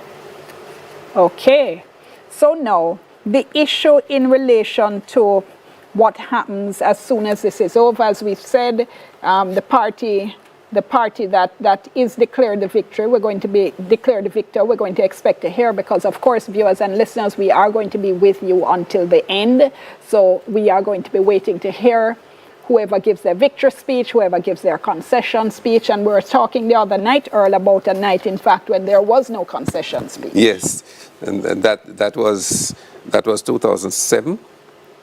I think it was 2007. It was that close, and Prime Minister Portia Simpson Miller did not concede that night. They were awaiting some recounts. Yeah.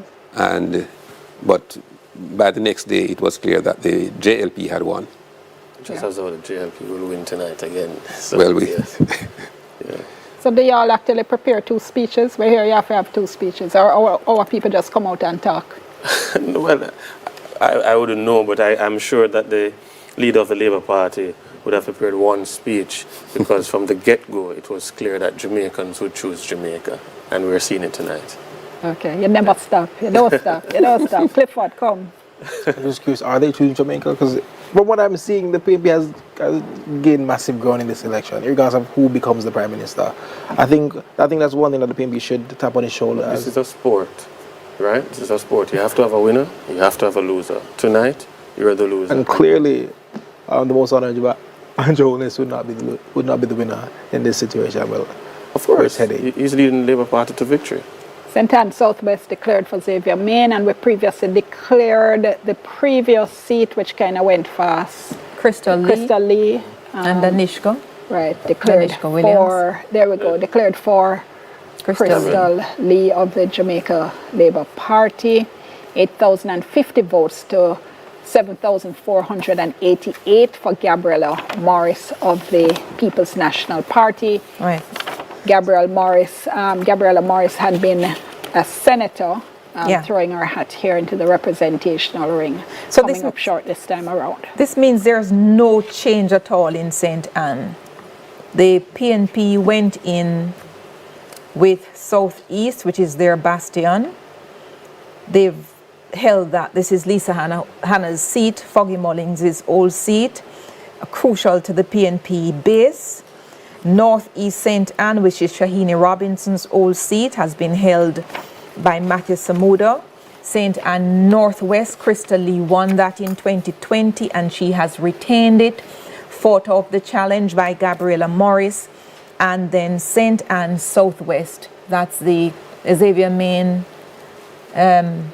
seat that he has also held, that particular one. So there's no change between 2020 and 2025 in St. Anne. So here's a question now. So let's assume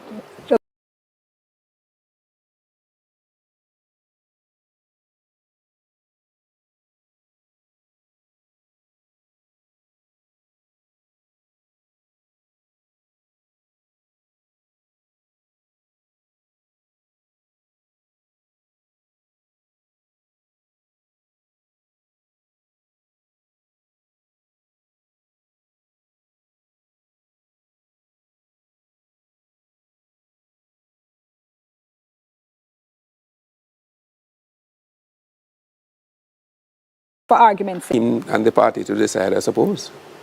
Yeah. Emily? Yeah, there are a couple ways that I will look at this. I keep saying that 2020 was an electoral anomaly. It still is in many respects.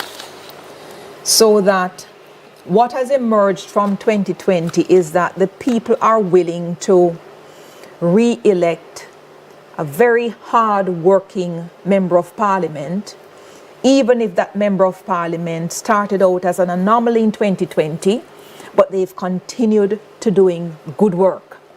So I say this, so I believe Rhoda Moore Crawford, I believe Crystal Lee, and Tova Hamilton, who had some issues, she has clearly rebalanced them, and perhaps it is setting a new sort of trend.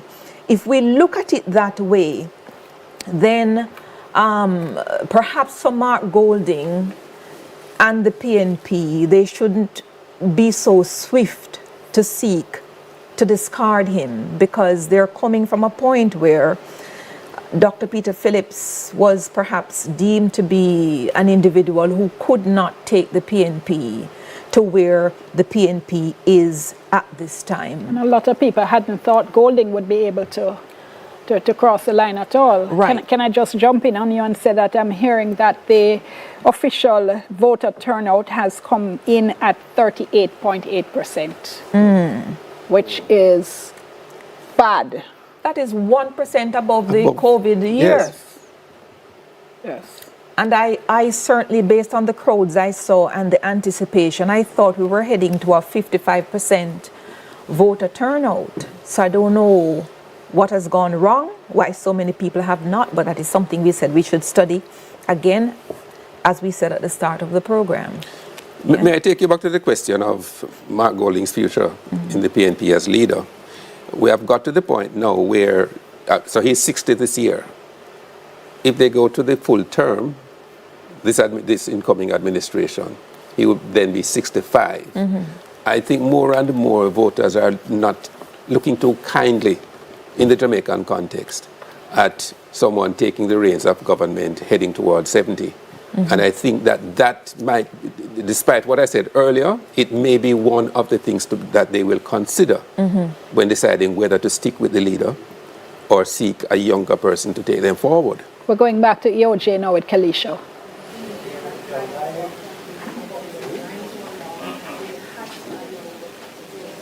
Thank you so much, Dion. So we're almost there. 99% of all the boxes counted. And what I'm seeing behind me, the latest figure, just refreshed, the People's National Party leading in 30 constituencies, the Jamaica Labour Party leading in 33. Now, I'm going to tell you the areas where we're still waiting on all the boxes to be completed. St. Andrew West Central, 83%. The People's National Party leading in that area.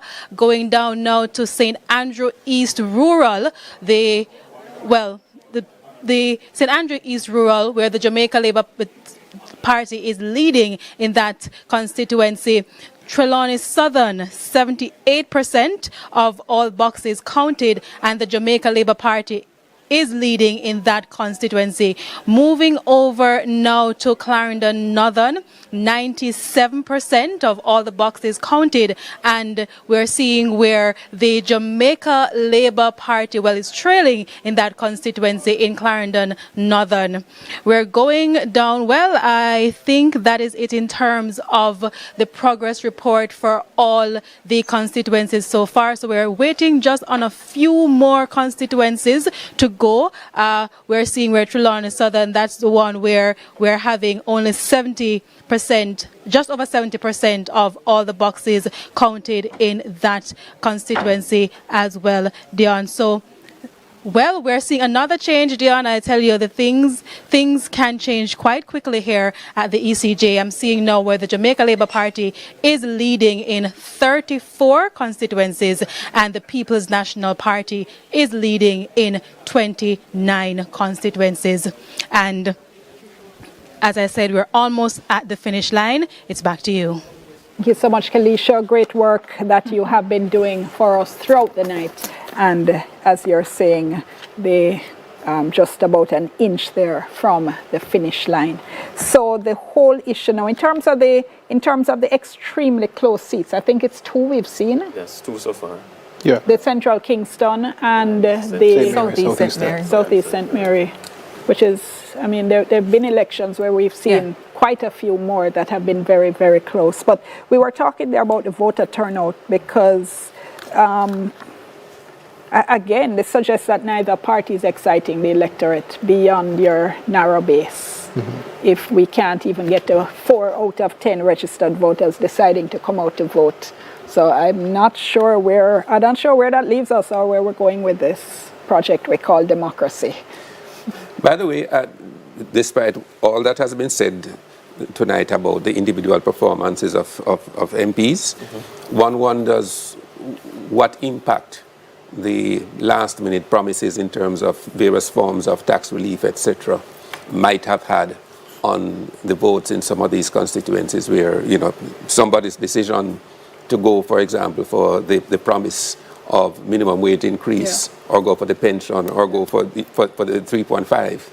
Because one of the things I've been saying, in fact, is that the polling numbers that we had been getting, when I looked at the dates that the pollsters were in the field, so many things happened after that. So it wasn't tracking with those. Yeah, in terms of debates, in terms of the announcement, in terms of the, you know, even the manifestos in some cases being released and what was happening. So I always felt that those poll numbers weren't going to give us a really indicative sense, but as Don said, his polls had indicated that we were going to see a close election, and indeed we've seen that. And I think there's been a lot of attempts to try and discredit the RGR Gleaner done and some polls, and I think what we're seeing here from this election is that they were tracking.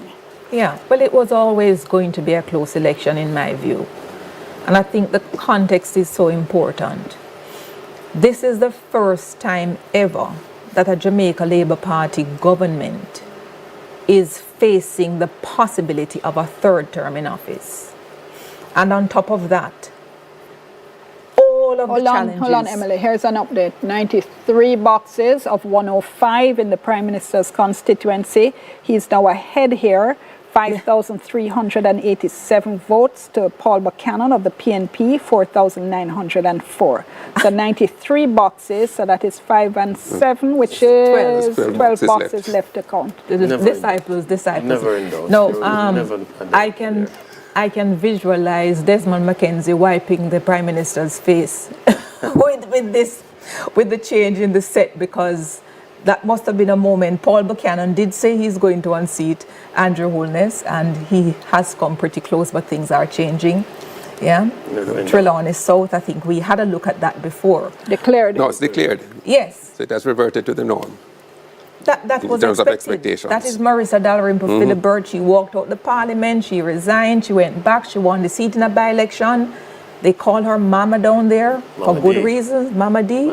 And she's back. She has delivered once again. But I'm saying the context of this election is that it's an historical first for the JLP. And there is a third term syndrome. As we look at West Central, St. James, where Marlene Malahoo Fort is leading with 91 of 106 boxes there. She's leading Dr. Andre Horton, 5,157 to 4,710 for Andre.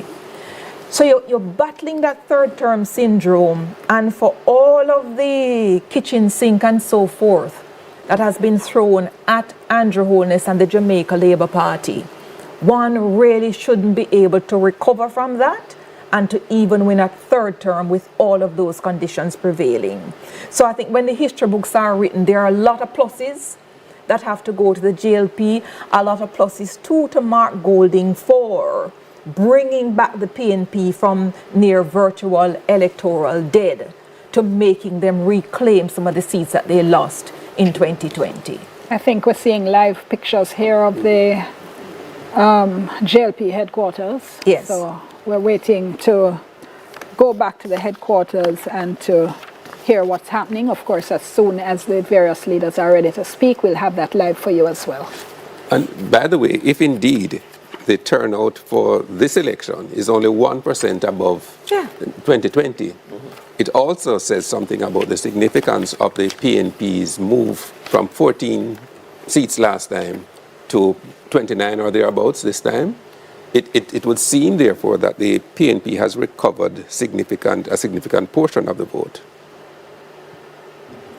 Because when you looked at the numbers, between 2016 and 2020, yes, the voting was down and people are saying COVID and so on. But when you looked at the actual numbers, the PNP had lost 127,000 voters. The JLP had lost only about 28,000. Yeah.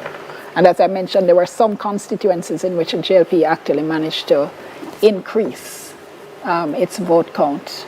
Is this the same number or it gone No, up? it has gone up. 97 votes, 97 boxes here out of 105. And your wholeness of the JLP, 5,989. Paul Buchanan of the PNP, 4,923. Right. And I think a story will have to be told as well about this comeuppance with the 3rd of September. Because it was the 3rd of September 2007. Yes. 3rd of September 16? 16, yes. 2020? 2020 rather. 2020. And now the 3rd of September 2025, which is the first. We get ourselves into a cycle where every 3rd of September is probably talking fixed election day, but it will be the 3/3 of September for the first third term for the JLP. Just to say the seat has now been declared for Prime Minister Andrew. As expected, as expected. You did say that. Very good run, Mr. Buchanan. Very good run, Paul Buchanan. You did promise you'd beat Andrew Holness, and you came pretty close to that, because I didn't even look at West Central in my calculation because I thought it was a done deal. But he's done well. Yeah? Clifford, you ready to concede it? There has to be a point. I think regardless of who becomes the Prime Minister, who walks into Gordon House as government, the PNP has done amazing tonight in many different ways, coming from where we were at with 14, with our broken base, the part that was in ruins. I think Mark Golding and Dayton Campbell has done well in bringing back the party and has represented what the PNP is to the Jamaican people, and has sold the PNP to many people as well, because as I said before, the whole country in general has signaled that they want some sort of change, whether it is from the MP level or whether it's from the national level. They want to see some sort of change. But still with only 38% of the vote. There are various accounts for that, like the mishap with today and the growing trend of voter apathy. But in general, people want to see some level of change. I think what the Jamaican people want is to continue with the Labour Party. When you look at what has happened since 2016 until now. Sorry, hold on. The voter turnout doesn't support that, because what you have is, do the maths, 62% of registered voters who never came out at all. Right. So that's it's 3 out of 4 registered voters came out. 6 out of 10 didn't come out. Now, when I did the math in 2020, when we had about the same voter turnout, when you actually looked at how many people had voted for the party in power, which is a JLP, it was actually only 20% of registered voters. So because the voter turnout is so low, you're essentially a minority government in terms of support from the voting public as a whole. So it's one thing to say, yes, we won, but surely it must be sobering. So that's why I'm taking issue with you saying this is what the people wanted, because in fact it's a minority who have put you into power. I know it's winner takes all and first past the post. I agree, but at the same time it is the persons who come out to vote. Yes, so what we have... No, stop right there. That's the point, Listen to what you just said. The persons who came out to vote, most people didn't. So what that means is that most people didn't want either of you. So what does that say about how you relate to them and how you relate to the country? And that's where I'm going to. I think that is what we have to do as political parties. We have to engage. We have to find new strategies to engage the Jamaican people. And that is something that we, as political parties in the country, will have to start to look at, because it cannot continue at 37. I think it was about 37 point something last election, and now it's at 38. We don't have the COVID excuse again. 37.8. In 1993, I believe it was 60%, thereabout. So it 60.28, yes. 60.28. So, but in all fairness, Rowan, I don't know what can be done to get people out. If people were not electrified for this election... Hold on, stick a pin for me. Let's go over to the JLP headquarters. Andrew's on location. The government at the time. Thank you very much, Dion. The mood here at the JLP headquarters shifted a bit earlier when they saw the numbers of Paul Padmore in the Prime Minister's constituency when he was leading a bit. So the numbers shifted a bit. I'm going to speak to this supporter. When you saw the numbers shifted for the Prime Minister's constituency, what was going through your mind? I mean, I wasn't devastated by that. If you recall the last election, when the count started for the Prime Minister's seat, he was also trailing. So if you look at the historic count of that seat, you see that the Prime Minister is always trailing, and then in the end, he became victorious. So tonight was no different for me because I understood what happened. It's not my first time in an election. So while he was trailing, I knew that in the end, the Prime Minister would come home. He is our 1 PM, he is our brogan, he is the helm of the Jamaica Labour Party. So there could not be a third term without Andrew Holness. So once we knew that we were winning the third term, Andrew Holness had to win his seat. Were you always a JLP supporter? Yeah, well, from the time I started following politics, I became a JLP supporter because I vote based on policies and not family lines and traditions. So I'm not a die-hearted comrade or a die-hearted JLP. I vote based on policies and the history of Jamaica's politics as well. So the JLP has always been better in terms of managing the economy. The JLP is founded out of a need to support the working class. I am a working class. I'm looking forward to climb that corporate ladder. And the JLP has statistically in history done better for working class and for the economy. So I had to support the JLP. Right, and very quickly before you go, because we got so excited to talk, I forget to ask you your name and which constituency you voted in. So my name is Ramon Bradshaw, and I voted in Eastern St. Catherine. It's not PNP safety, but I still exercise my right to vote. Thank you so much. And as you can see, Dion, the party-like atmosphere has started again here at Belmont Road, and we'll check in with you later. Thank you so much, Andrew. So let me just go back to the voter turnout issue and give our listeners and our viewers a sense of where we're coming from. Just to remind you, you're watching TVJ's live coverage of the 2025 general election. I'm Dion Jackson Miller. Thank you all so much for staying with us across the platforms, on radio, on TV, on YouTube, on onespotmedia.com. Those of you here at home and those of you abroad, we are happy to have had you, and we hope you continue to us. We're taking you right till the end of tonight. All right, so if we just look at the later years, because we know, earlier and all kind of things that go on. So if we look at from 96, let's choose 97, that was a 65% voter turnout, right? 2002, we were down to 59%. 2007 was 61. 2011, we're at 53%. 2016, as I said, the first year we fell below 50% with 48%, and 2020, 35%, and now 2025, 38% voter turnout. Only 4 in every 10 registered voters bothering to come out and vote.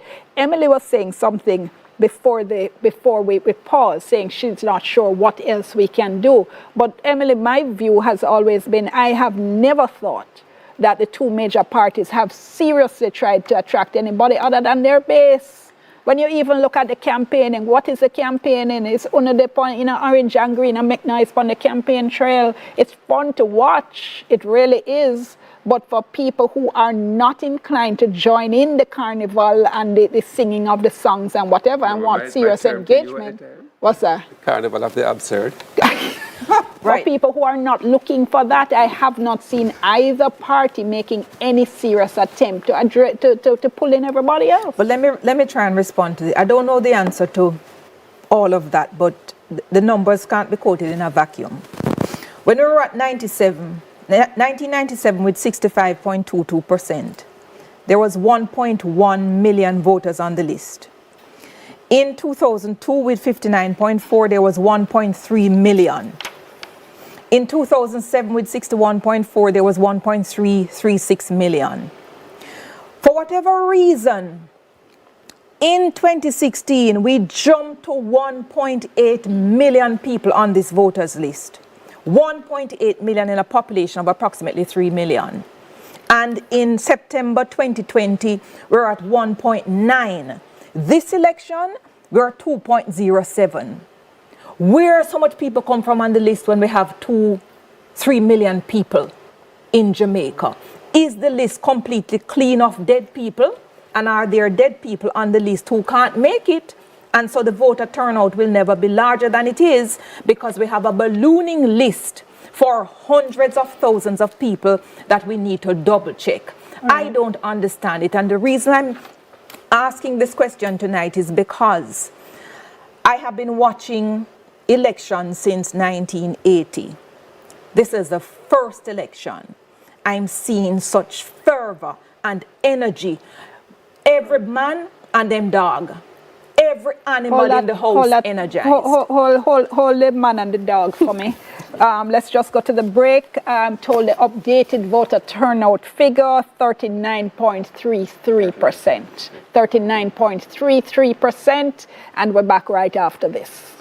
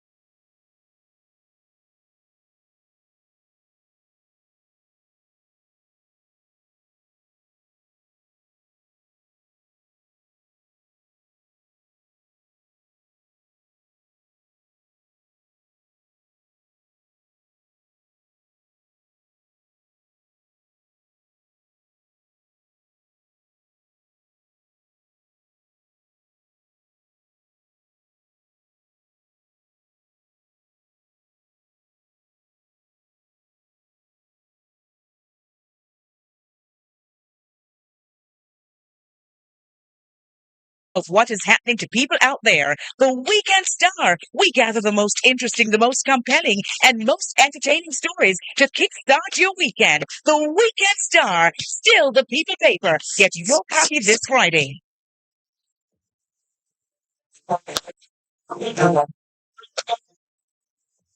It's Jamaica versus.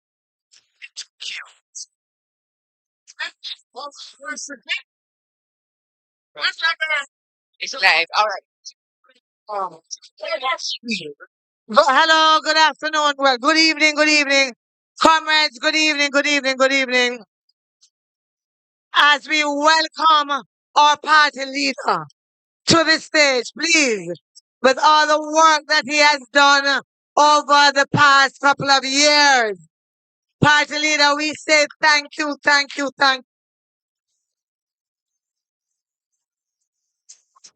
No, comrades, thank you very much for being here and for staying here.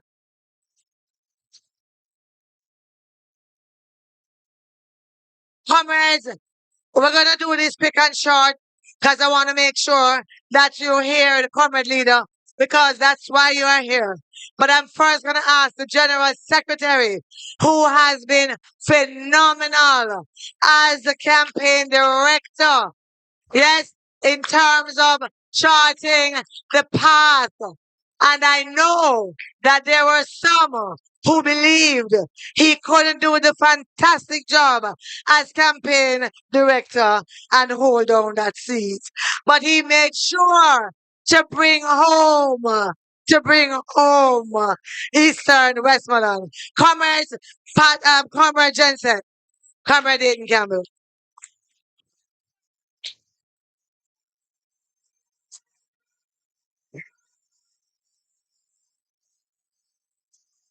Comrade Chair, Comrade Leader, and a man who I'm proud to call Comrade Leader. Very proud of the work that you have done, Comrade Mark Golding. to unite our party, to energize our party, and to allow us to be very competitive in an election.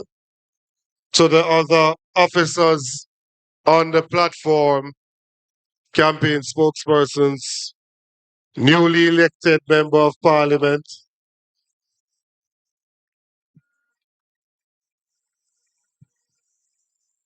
listen.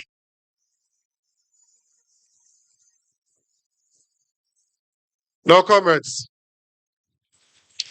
we did not get the result that we wanted today, but we are a democratic party that believes in the process. And we believe in putting forward our ideas to the people and campaigning vigorously and for them to make a decision. And we accept the decision that the public makes at any time. Not only when it is in our favor, we accept the decision that the public makes. I want to commend each and everyone on this platform and in this audience who believed in what we had to say and believe in the mission and vision of the PNP led by Mark Jefferson Golden.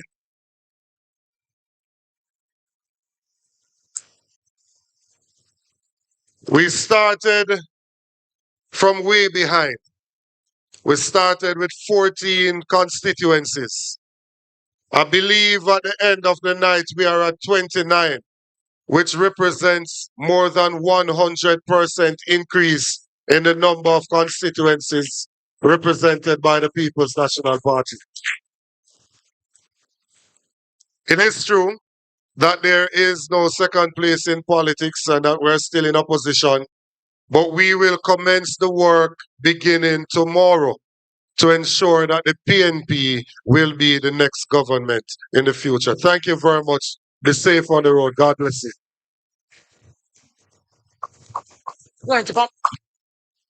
Comrades, it is time to ask the party leader to come to the stage.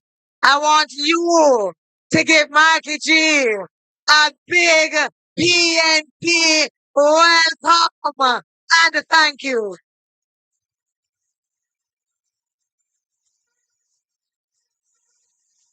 What? What the fuck?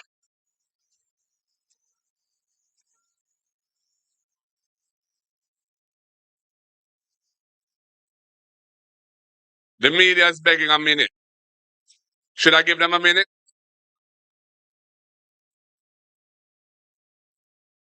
All right, we're going to give them a minute. We'll give them a minute. We'll give them a minute.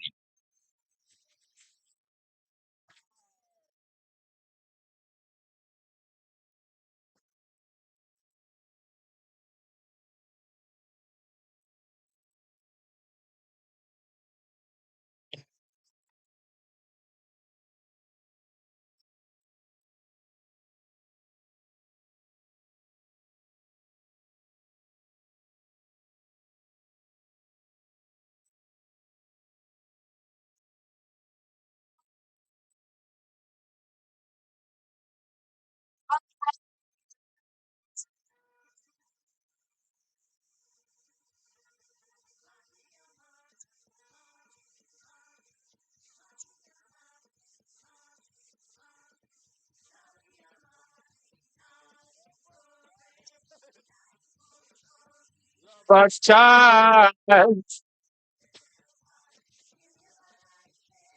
Launch.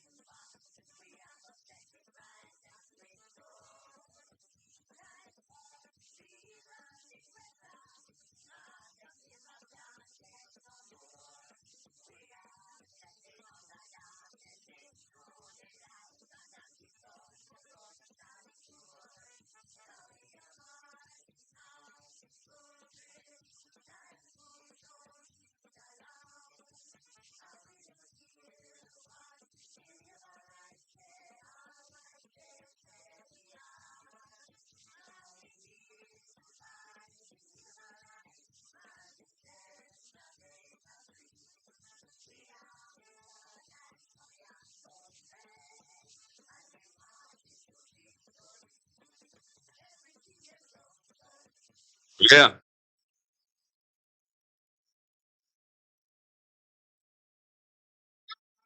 Comrade Chairman, Comrade General Secretary, Comrade Officers, all of the comrades on the platform, all the comrades in the audience, all the people of Jamaica who are listening, watching. First of all, I think it's my duty as a believer in democracy to acknowledge and concede the result and to congratulate our opponents, the Jamaica Labour Party, for their victory tonight. Jamaica's democracy is important and we must cherish it. Sometimes it brings bitter disappointments. Sometimes those disappointments are laced with a tinge of a sense that not all is fair and just, but it is very, very important that we put democracy ahead of all of those feelings. And I accept the result of these elections. And although obviously I'm very disappointed in the outcome, I think it is only correct to expressly acknowledge the success that our opponents have managed to gain today. I want to thank a lot of people. And first of all, I have to thank the comrades and supporters of South St. Andrew for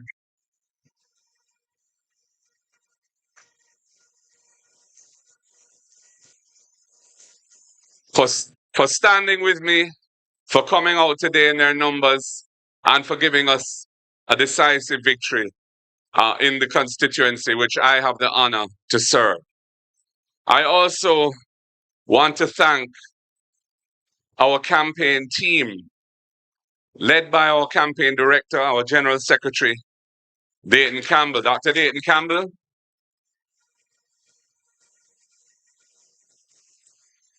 Also a newly minted member of parliament. Congratulations to him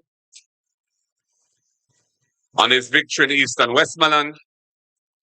And all the other members of the campaign team who worked with him. There are a number of names there. I don't want to attempt to go through all those names because I'm going to probably forget somebody and then I'll regret it. But they have done a tremendous job. The communications team, I want to thank them publicly for the work they have done.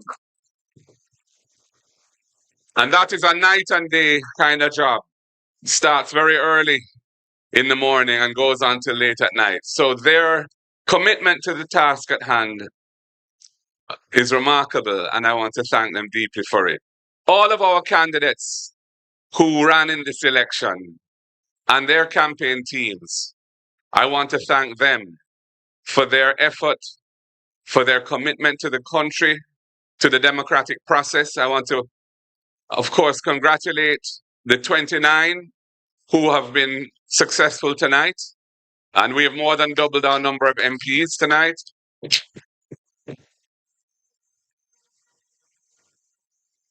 And for those who were not first and they still committed themselves extremely well. And I want to say that this was a wonderful demonstration of the maturity of Jamaica's political process, that we could go through such a closely fought election without any violence to speak of. And, we must all give ourselves a round of applause. In our homes, if you're listening, here at PNP headquarters,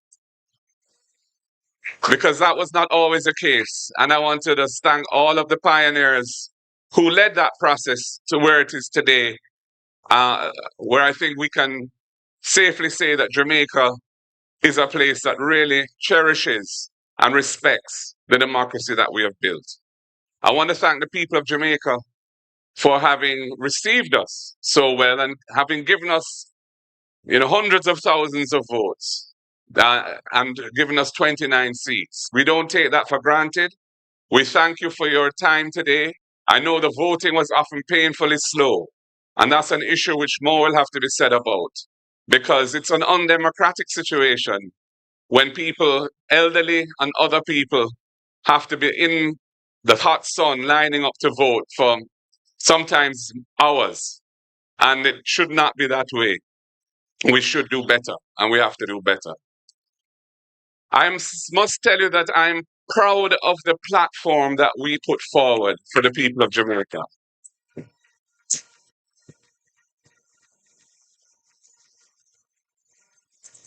It was a truly progressive platform, a platform that offered a radical reform to the land tenure issues that have plagued this country for centuries. A radical platform that would have enhanced the standard of living and quality of life of those working families that are struggling to survive now by giving them significantly lower tax burdens on their income. Progressive in a social justice sense as well, around issues such as beach reform, contract work, and other things which really need to be addressed because there are injustices in our society which cannot be tolerated and should be modified and rejected in their current form. So I just want to thank all of the team that came together and developed those ideas and put them forward boldly and without reticence. And I think that for many Jamaicans, they saw the benefits and the power that that platform and those ideas and proposals would have delivered. So, ladies and gentlemen, for us, it's a difficult night. This is not an easy speech to make. You know, one wasn't hoping for a result which is not success. And it means that the government will get its third term and we will have as a nation to deal with that going forward. But the People's National Party, I'm happy to tell you, is alive and well, is a powerful political organization.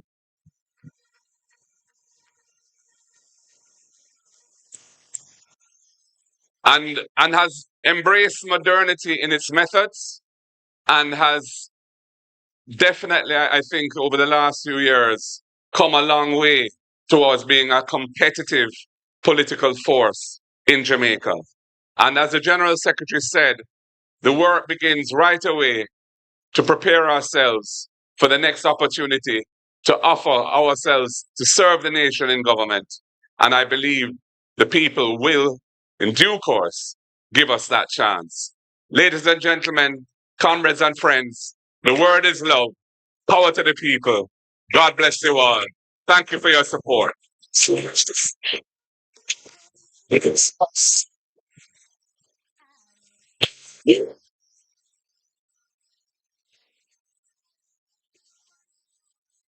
Comrades, as we leave today, we leave as we always do, with the singing of Jamaica Arise.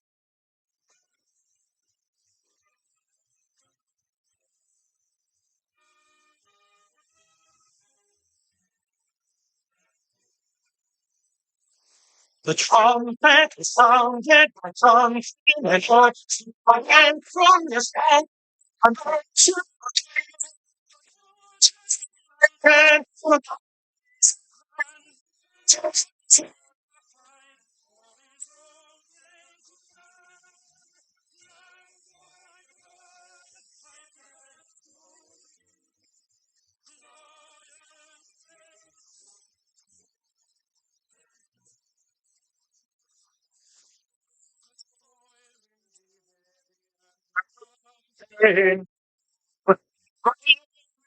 dreary, the bar,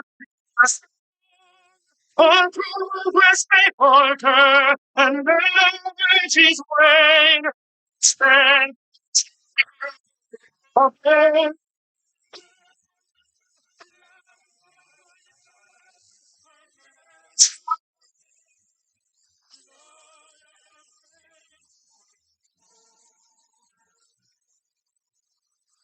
And steadfast assurance that God will look down and give us his blessing or efforts to crown.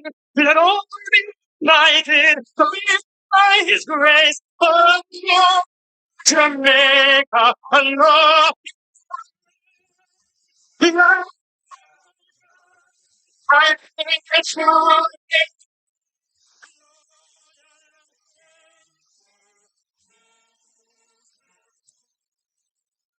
Good night, comrades.